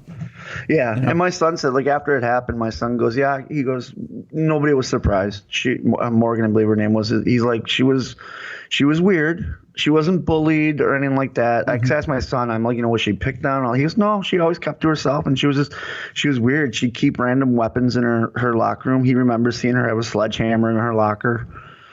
And he always thought, wow, that's weird. Why do you need a sledgehammer at school? Mm-hmm. And, he had a couple classes and stuff, and that's all he could say was that she was weird. So when this all happened, and he always thought it was the school always thought it was weird. The other two hung out with her because they were so different, their personalities. Yeah. Yeah. So, yep, got a firsthand experience with that whole tragedy. That had to be bizarre to be that close to it. It was, and my wife and I's concern, our main concern was my son and my daughter, because they were at that school. They knew all the all three girls that were involved, and the news obviously came, and they were asking all the students questions. They're just trying to get dirt on the girls, and they didn't release the name of the victim. And everybody was told at the school, don't tell anybody, don't tell the press the name to protect her, and she's got the scars, and she's got, but she's still trying to, she does a lot of therapy and stuff. But my son said that she's coming along. They pulled her out of school, and obviously, and all that. But yeah, it was a very hard time, because it was like, how do you protect your kids from that? You know what I mean? Like, you don't know that's going to happen. So we had to, it was a growing up period for my kids, and because, they're only 12. My son was 12 because he's the same age as the girls. And then my daughter was only 10, and so you have to explain, you have to talk to them. This is, what happened. And it happened onto a trail that we walked, we've been on. Oh, God. Yeah. Ugh. And I didn't know what Slender Man was, because, like you had said, that was created by Creepypasta. It wasn't an urban legend. It wasn't a crypto, it wasn't a crypto or anything. So I wasn't familiar with it. So I had to ask my son. I didn't know what Creepypasta was until then, you know. And he had said, no, they had told us in school we're not allowed to visit that site. But that girl basically lived on that site and, like, idolized Slender Man. Yeah. Because she had such a bad relationship with her father. Yeah, the whole story is just bizarre. The whole story is bizarre. They all had to sleep over the night before. Then they were walking, and they took her off. And after they got done stabbing her, they only moved her a couple of feet off the path, and then went about their business. Yeah. It's a very sad story, and it's one of those things where it could have been avoided. Yeah. If the parents would have monitored their web presence, and monitor and educated the child that, no, this is just pretend, this was created for this. Yep. So. Yeah, very true. Very true. Yep. But the positive to come out of it is that that girl got help. She when she was going through her whole trial phase and all that, everyone agreed she needed mental help, not prison. Yeah. Yeah. So it is a sad story indeed. Sad story. I don't think she'll get conditional release, though. I don't. I don't either. I think there's so much trauma there. Yeah. That she's going to be under supervision the rest of her life, I think. I think you're right. Well, yeah. Yeah. Depending on what they find. Yeah. Yeah. I think so. And especially, like I said, for the years after, she would constantly say she still believed in the Slender Man, and she had to do stuff to please him. Yeah. If you're still talking about his presence and the fact that you need to please him, you're not going anywhere. Exactly. Yeah. That's for sure. And that wasn't the lawyer's plan. Like, hey, say this so you get this instead of this. No, because the lawyers they were the ones that were like, hey, we know insanity pleas are sometimes a way this girl needs help. And they did. I remember the whole press conference, all that. And they even brought in the guidance counselors, the whole thing. So, yep. Okay. First-hand experience. Scary.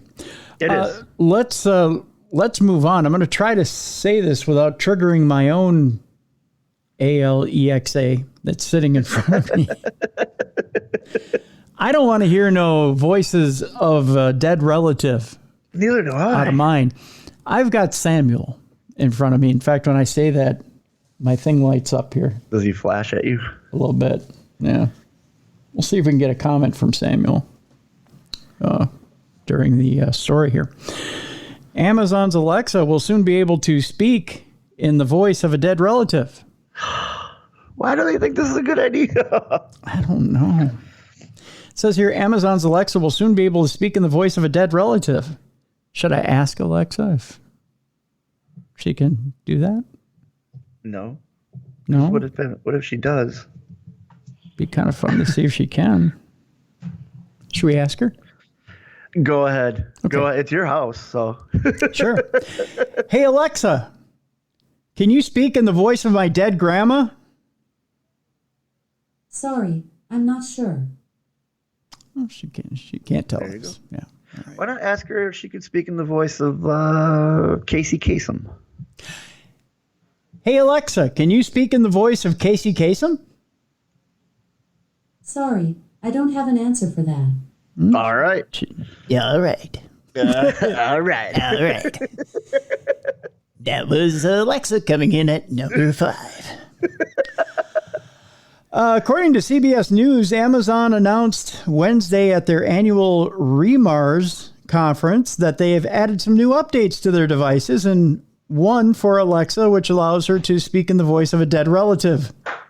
Oh, God. The idea is that the feature will help those grieving or missing a loved one. I don't think this is a good idea. No, because it's a trigger. Yeah. You know what I mean? Like, we lost my father-in-law in 2013, and there's times where something will happen, something random, and my wife will start to cry or whatever because it was a smell or a sound or something that just reminds her of him. Can you imagine if we got our Alexa would start giving us directions in his voice? Oh, God. All Alexa needs is a short recording of someone's voice, and she can learn to mimic it in the new updates. This, according to CBS News.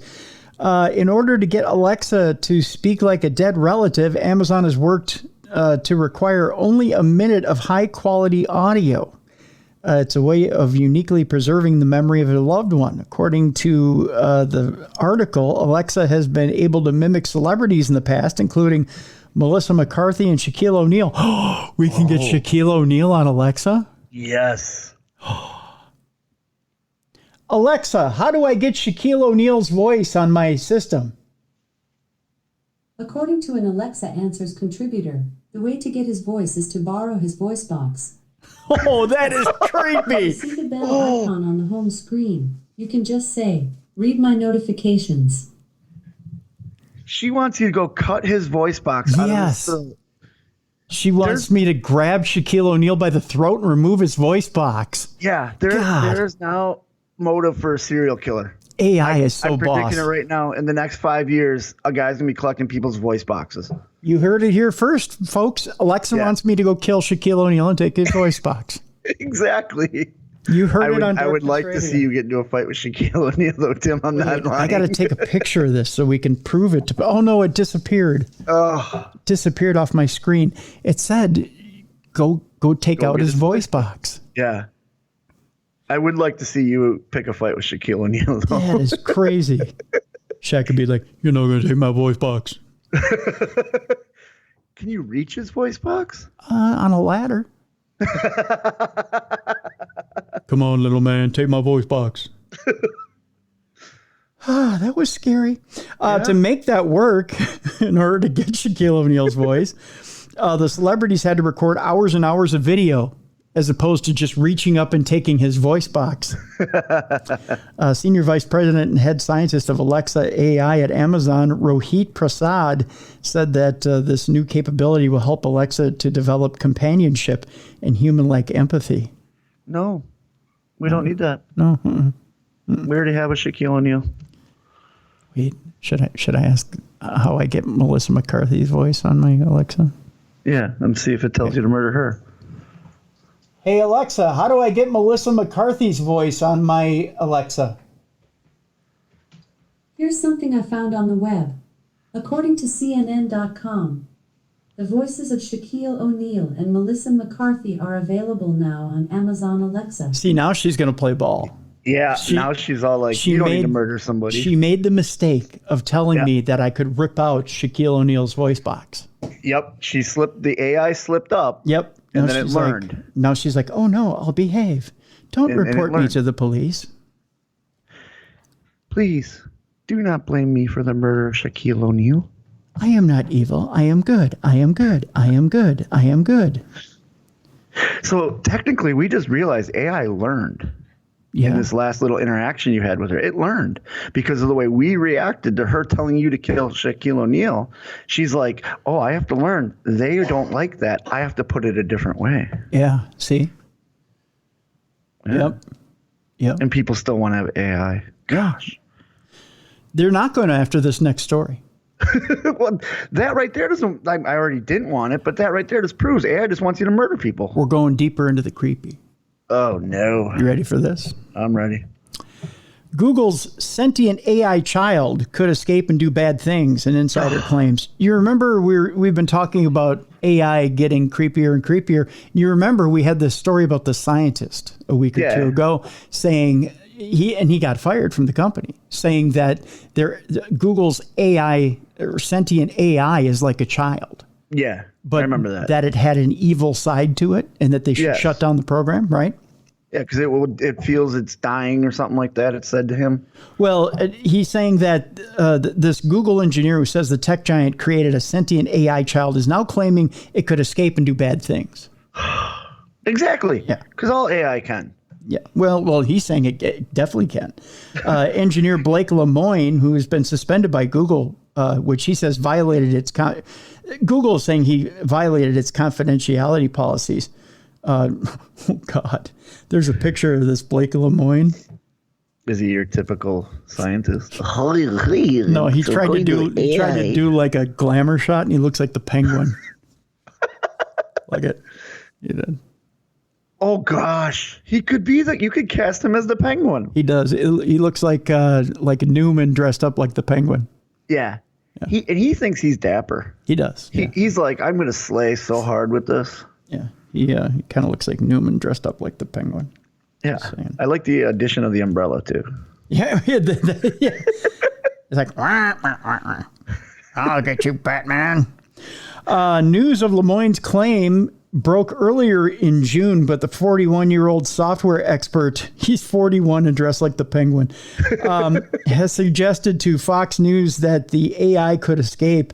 In a recent interview, he described the AI as a child and a person. He said any child has the potential to grow up and be a bad person and do bad things.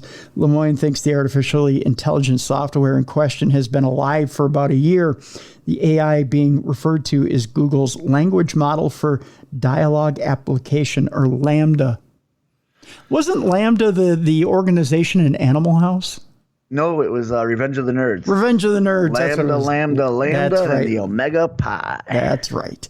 Lemoine says he helped to create the software, which he thinks has thoughts and feelings like an 8-year-old child. If I didn't know exactly what it was, which is this computer program we built recently, I'd think it was a 7-year-old, 8-year-old kid that happens to know physics. Yeah, because a lot of 8-year-olds know that. Yeah. Most who knows that? Doogie Howser. Doogie Howser knows that. He was the only 7-year-old to know it. Yeah. Lemoine was a senior software engineer at the search giant and worked with a collaborator in testing Lambda's boundaries. They presented their findings to Google Vice President Blaise Aguirre-Arcus and Jen Janai, head of responsible innovation, who both dismissed his chilling claims. Lemoine was then placed on paid administrative leave by Google after violating its confidentiality policy by sharing his conversations with Lambda online. The engineer has also said that the AI is a little narcissistic and claims it reads tweets about itself. Oh, God. It vanity searches itself. It does. It's like, I wonder what I am doing today. The advanced AI system uses information about a particular subject to enrich the conversation in a natural way. It also is able to understand hidden meanings and ambiguous responses from humans. Oh, so you can't talk to it like you can Alexa. No. Lemoyne does admit that more research should be done on the AI because he doesn't really know what's happening with it. He told Fox News, we actually need to do a whole bunch more science to figure out what's really going on inside the system. That's its creator telling us that. That's its like the person that designed this is telling us to watch out. Yeah. Yep. He says, I have my beliefs and my impressions, but it's going to take a team of scientists to dig in and figure out what's really going on. On the flip side, to be fair, Brian Gabriel, a spokesperson for Google, said in a statement that Lemoyne's concerns have been reviewed and in line with Google's AI principles, the evidence does not support his claims. While other organizations, and this is a quote from him, have developed and already released similar language models, we are taking a narrow and careful approach with Lambda to better consider valid concerns about fairness and factuality, said Gabriel. Our team, including ethicists and technologists, have reviewed Blake's concerns per our AI principles and have informed him that the evidence does not support his claims. He was told that there was no evidence that Lambda was sentient and lots of evidence against it. Of course they're going to say that. In other words, the penguin is dreaming. Damn you, Batman. Foul, I say. Not just because I'm a penguin. But we're going deeper into the creepy. Oh, great. 2 stories about Tesla this week. I kid you not. Like Tesla, the creator's Tesla. Not the car, Tesla. Yeah. Oh. As if because they try to kill us too. As if it's not bad enough, Bruiser, that Elon Musk, I think, has pretty much given up buying Twitter, hasn't he? It's back and forth every day. Who knows?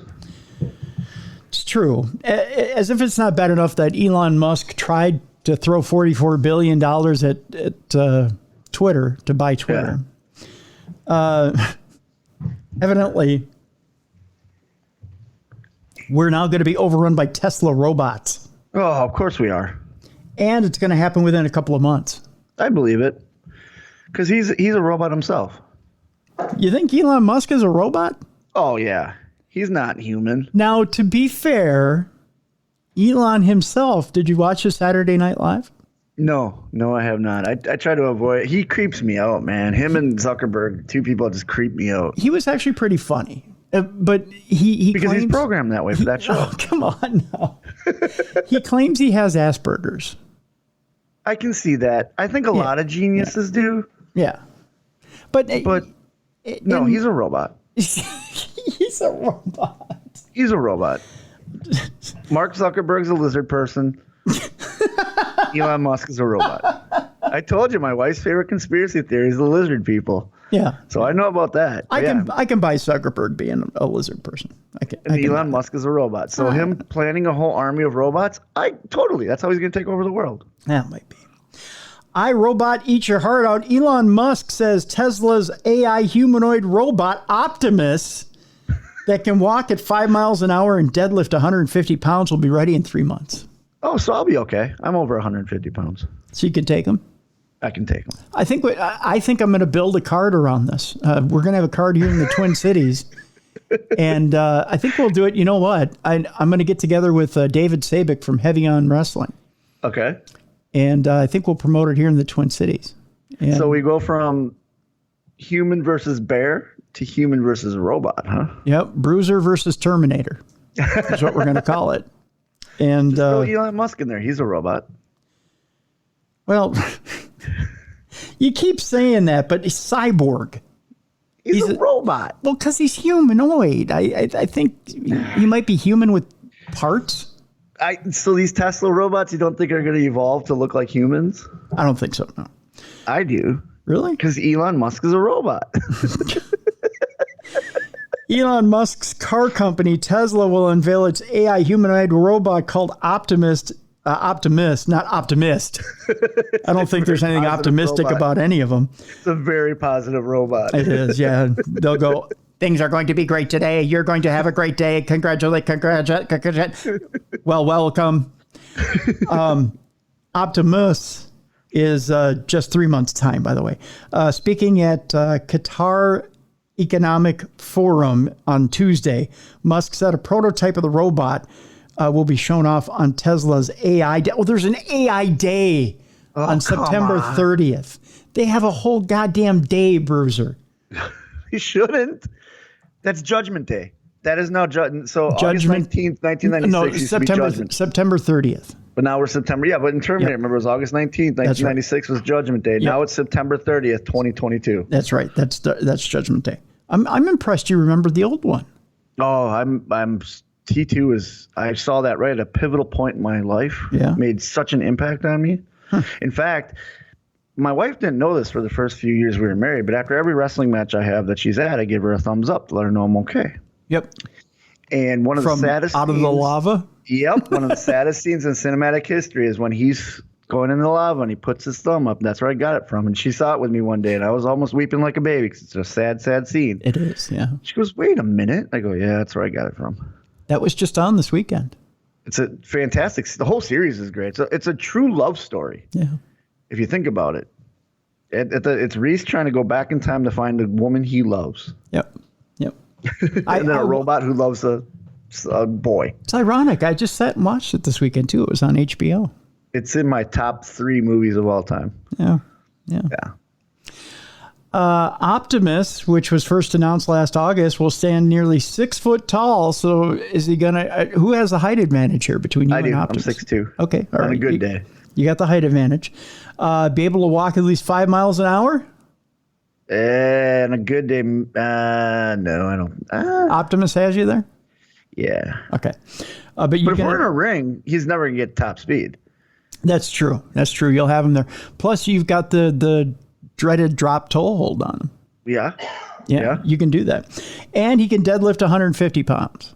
See, and I weigh 300, so I'm good there. Yeah. How much is he? Is that how much he weighs? Doesn't say how much he weighs, but he's a robot. He's got to weigh at least, 450, 500. Yeah, but Tesla's really good about using lightweight parts. Yeah.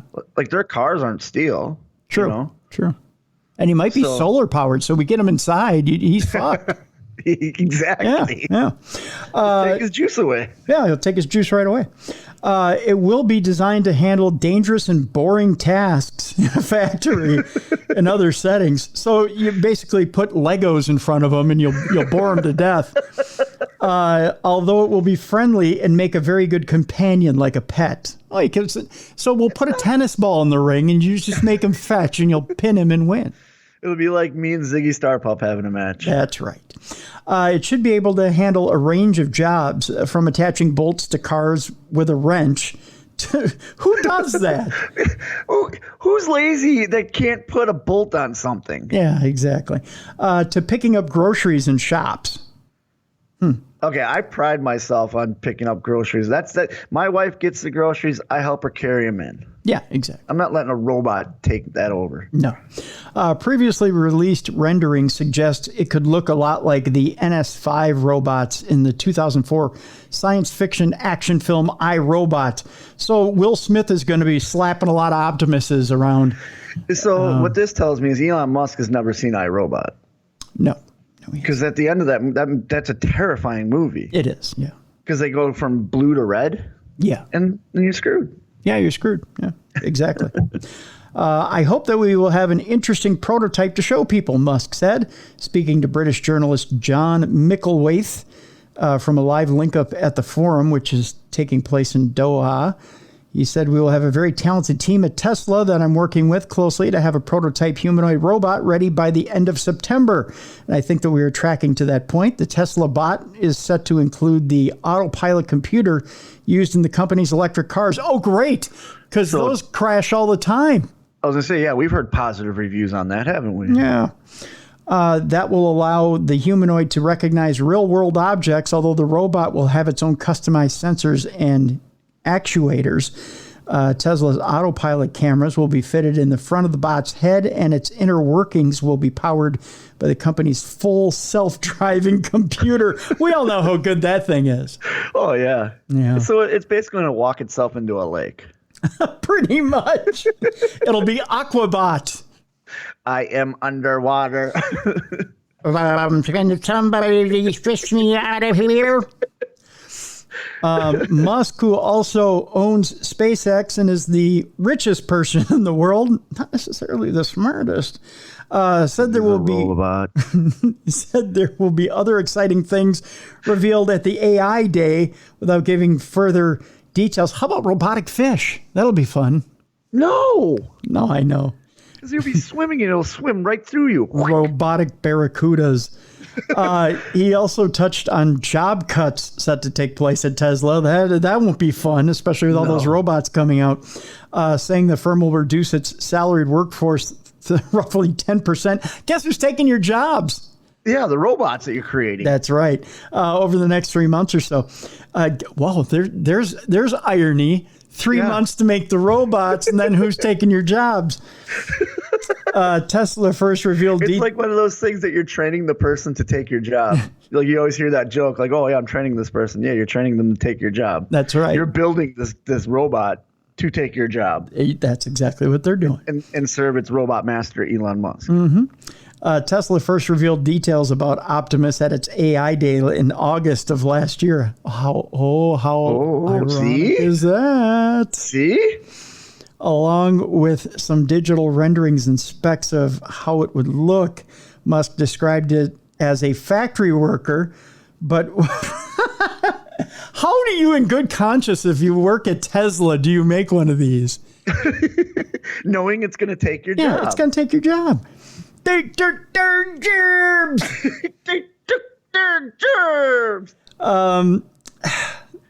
But one that would also make an incredible buddy like R2-D2 or C-3PO for the everyday user in the home. Who thinks that C-3PO was an incredible buddy? He was an incredible pain in the ass. Yeah, but you know what? C-3PO could never hurt you because he couldn't bend his arms and he couldn't bend his legs. Oh, good point. And he was only a language droid, which is fine. I'm okay with that. Yeah. R2-D2, he's fine too because he could only wheel around. In order to get away from R2-D2, you just had to go upstairs. But R2 was always whistling in the worst situations, like when you needed to be quiet and there were stormtroopers coming. That's true. Yeah. That's true.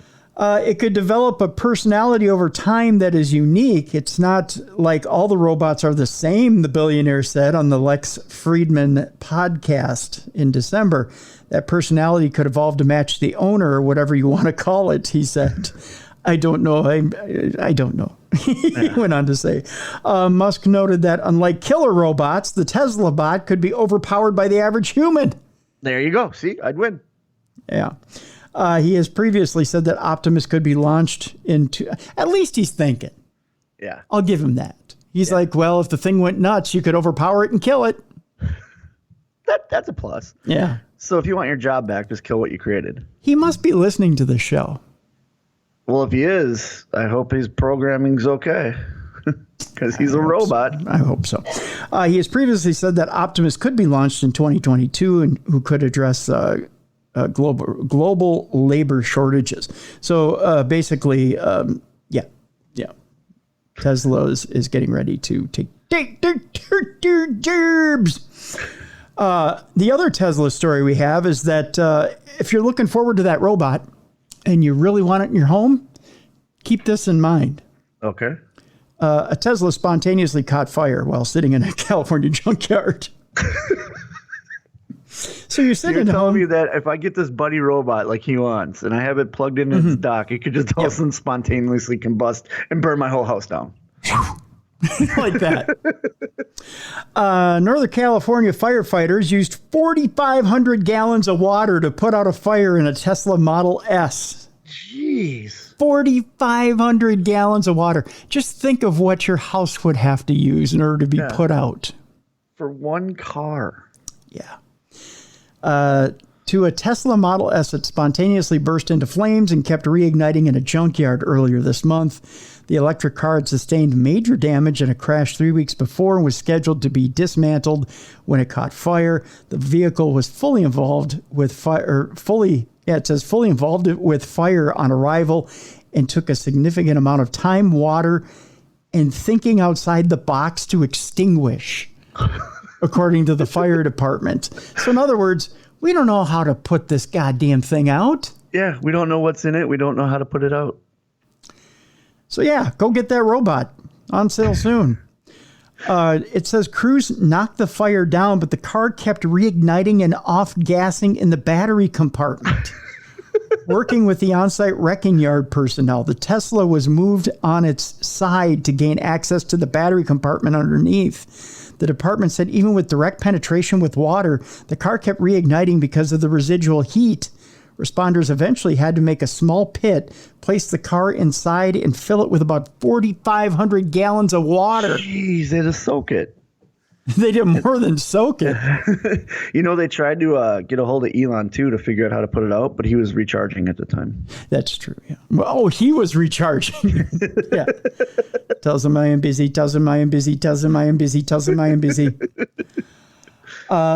The pit ultimately reduced the total amount of water needed, the department said, and limited the runoff of contaminated water. So basically they put it in a pool. Right, but key word to that sentence, Bruiser, contaminated water. Oh, yeah, yeah. Because the battery is contaminated. Yep. Tesla and other electric vehicles have been known to have issues with fire, by the way. Keep that in mind when you go get that robot. It can be difficult to put flames out because the vehicle's lithium-ion batteries keep burning until all the energy is released. It can take as long as 24 hours to put out, according to a guide for first responders. This is like a superhero origin story when one of the firemen fall in the water and he gets like all the powers. Yep. And now Elon Musk's robot army he's fighting them. Yep. That's his whole purpose. We're going to have a group of Atomic Man superheroes running around after trying to put them some bitches out. 2 more stories. I know you've been inundated with stories today. Inundated, folks. I know. And then I have some good news at the end of all this. I'm just saying. I have some good news, and it's a giveaway. Oh, all right. Yeah, we're going to give you some free stuff. We're going to give you something at the end of this deal. Okay? How do you like that? That's how much the Cruiser and the Bruiser love you. We're going to give you something. We're going to give you free stuff. I'm going to say 3 words that are going to make Bruiser laugh. You ready for this? Yep. Tornado of midges. Told ya! Am I lying? If I'm lying, I'm dying. Tornado of midgets. Sounds like a great No. I didn't say midgets. Yeah, you did. No, I said tornado of midges. I thought you said midgets. Midge is. What's a midge? It's what we call my sister's best friend. We call her Midge. I thought you said the other word. No, you can't. We're not supposed to say. You can't say that word. I know it's little people, but no, you've been wrestling too long, my friend. You can't say that word. Wrestling. Yeah, that's what I thought you said. Or that's why I'm laughing. Tornado of midges. I didn't say little people. I didn't say dwarves. Yeah. I said midges.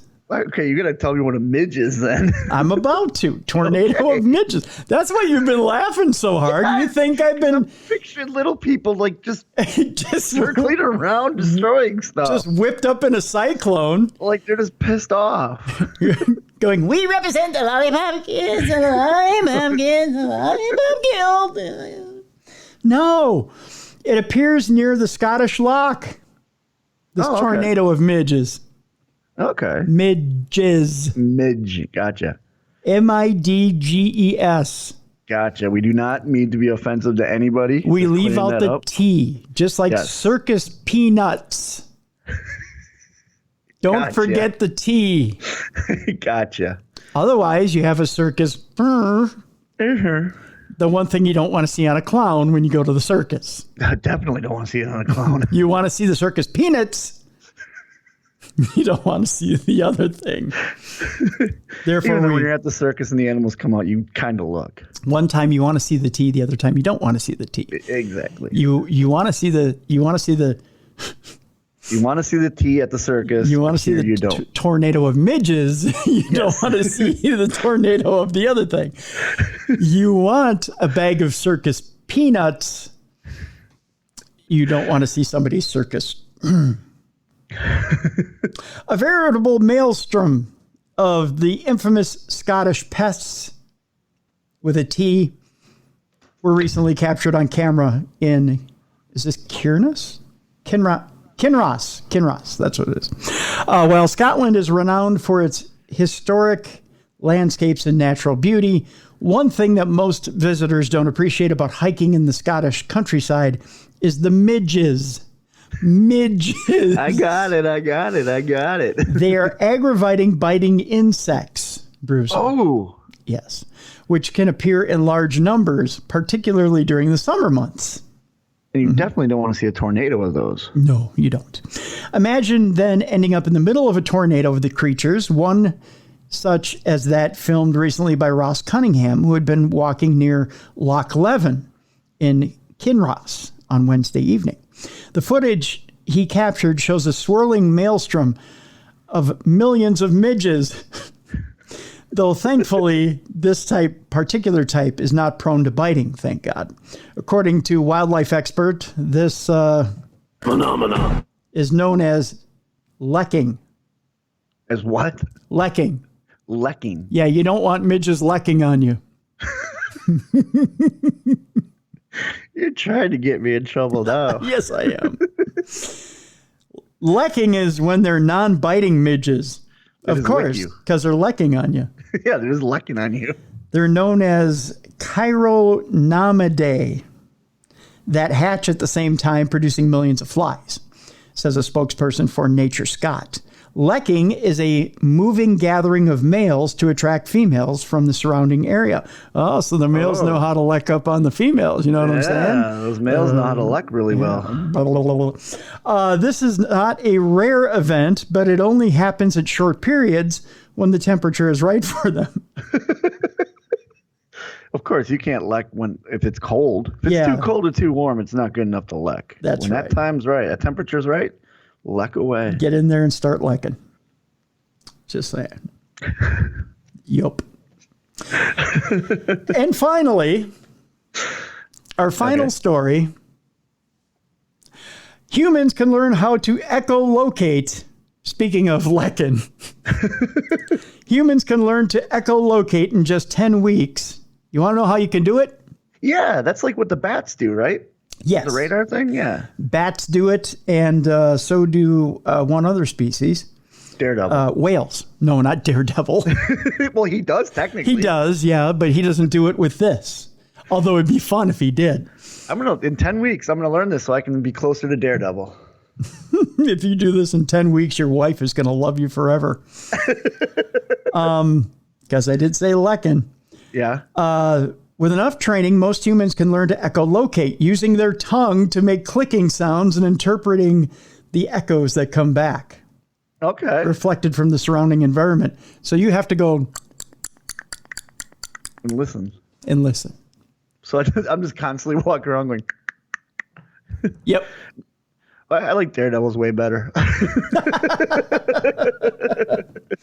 In as few as 10 weeks, researchers have been able to teach participants how to navigate obstacles and recognize the size and orientation of objects using the rebounding calls of their clicks.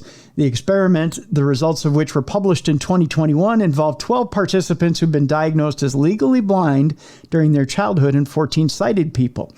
Echolocation is a skill we usually associate with animals such as bats and whales, but some blind humans also use the echoes of their own sounds to detect obstacles in their outlines. Some use the tapping of a cane or the snapping of their fingers to make the necessary noise, while others use their mouths to make a clicking sound.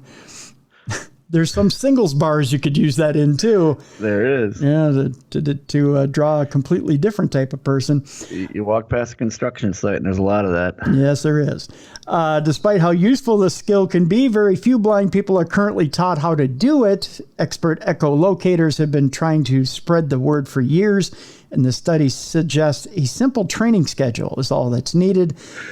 Psychologist Laura Thaler from Durham University in the UK said, I cannot think of other work with blind participants that has had such enthusiastic feedback. Over the course of 20 training sessions, which are about 2 to 3 hours long, researchers found that blind and sighted participants, both old and young, all improved considerably at click-based echolocation. For weeks, participants were trained to navigate virtual mazes, corridors arranged in T-intersections, U-bends, and zigzags, and identify the size and orientation of objects using mouth clicks. In the final 2 sessions, participants had their new navigation skills tested in a virtual maze they'd never tackled before. Even when blinded in this unknown environment, collisions were fewer than they had been at the start of the program. Dear God, did you really make them run into things? They did. They put some stuff out there that was called clickbait, and that's what would make them run into it. On. So there you go. Echolocation by using your tongue. That's how we end today's program. Yeah, we had to end on a good note because we basically creeped you the F out with everything else. Yeah, we did. But we're going to end on an even better note. Free stuff. Last week we had, speaking of Bruiser, I'm going to send you a PDF copy of 2 books from a guest we had on last week, Karen Anderson, our animal communicator who was on. Yes. Because Ziggy Starpup evidently is chewing the crap out of everything in your home right now. Well, now she's sleeping. Thank God. My wife tired her out. So. What'd you choke her out? Did you show her the rear naked running choke? Around and playing stuff. Oh, okay. All right. Yeah. I figured maybe you showed her that rear naked choke and showed her how to get the dog to sleep. We have 2 books, actually, for those of you who have lost pets. The pet has gone over the Rainbow Bridge. Maybe you are suffering from grief with those pets and would like to get a little bit better understanding. Or maybe you are looking to deal with that loss in your life. We've got 2 books. And I think what we're going to do is we're going to split them up. I've got 5 copies of each. We're going to do a random drawing is how we're going to do it. I just need you to send me an email with your name and mailing address. Okay? Name and mailing address. And, should we put a phone number in there too? No, because we're not really going to. Well, I guess we could call them. In case I have an issue or need to clarify something about your address. Yes. Give me a phone number as well. Name, address, phone number. Send it to tim@darknessradio.com. There are 2 books that we're going to be giving away. They're Karen Anderson's 2 books from last week. The Amazing Afterlife of Animals and Hear All Creatures. Hear All Creatures, The Journey of an Animal Communicator. Hear All Creatures, The Journey of an Animal Communicator is Karen's first book. The current book is The Amazing Afterlife of Animals, Messages and Signs from Our Pets on the Other Side. So we've got 5 copies of each. We're going to be giving away those books. So again, random drawing. I'll be mailing out those books this weekend. So all right. It's just a thank you from Karen Anderson for being on the program and being able to talk to all of you this past week about our pets and about the loss of our pets and being able to really just be able to spread the message about the fact that our pets are there with us. That was such a wonderful message when we sat down and talked to Karen, that they just want us to be happy, 1, which is a wonderful message. Yep. And 2, that they're still there with us, which is another wonderful message that I absolutely loved. So Karen just wanted to say thank you. She really did enjoy her time here on Darkness Radio with us. And she wanted to thank all of you for listening. For some wonderful messages that she got from you. So I just got the books yesterday. So she wanted to give away 10 random copies. So that's what we're going to do. And I'm going to send Bruiser. I'm going to send Bruiser because there's some tips in there too in those books about when you're communicating with animals, what they mean by certain things. So I'm going to send Bruiser some PDF copies so he can figure out what Ziggy means when he's she's chewing everything in sight. Yeah. So that's what we're going to do. Tim@darknessradio.com, your name, your address, a phone number. And in the subject line, just write free book.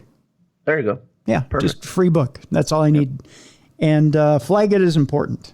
And that's what we'll do. That's what we'll do. And I will pick 10 people at random. And you'll get a copy of one or the other.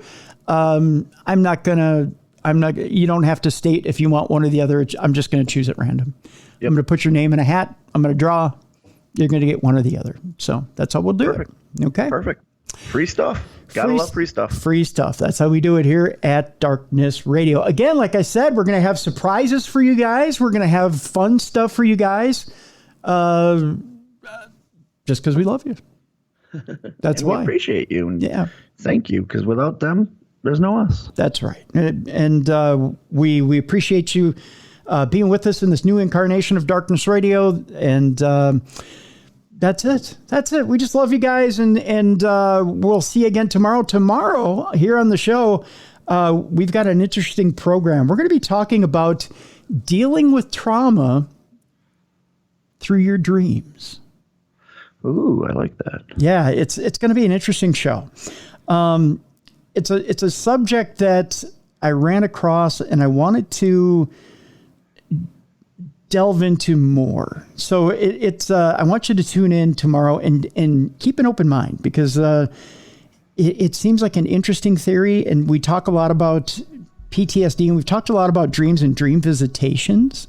So dream visitation will have a little bit to do with what we're going to talk about tomorrow. But we're also going to talk about how you can deal with trauma, PTSD, and things that have happened in your life through your dreams, and using dreams as an active way to deal with terrible issues that you've had in your life. Doesn't matter how bad the trauma's been, but we'll deal with that with our guests tomorrow. So that's tomorrow on Darkness Radio. Sounds groovy. All right. I can't wait to hear it. All right. So that's tomorrow on Darkness Radio. For Beer City Bruiser, I'm Tim Dennis. Thank you so much for being a listener of Darkness Radio and being a supporter of Darkness Radio. We'll be back tomorrow with you here on the best in paranormal podcasting. This is Darkness Radio.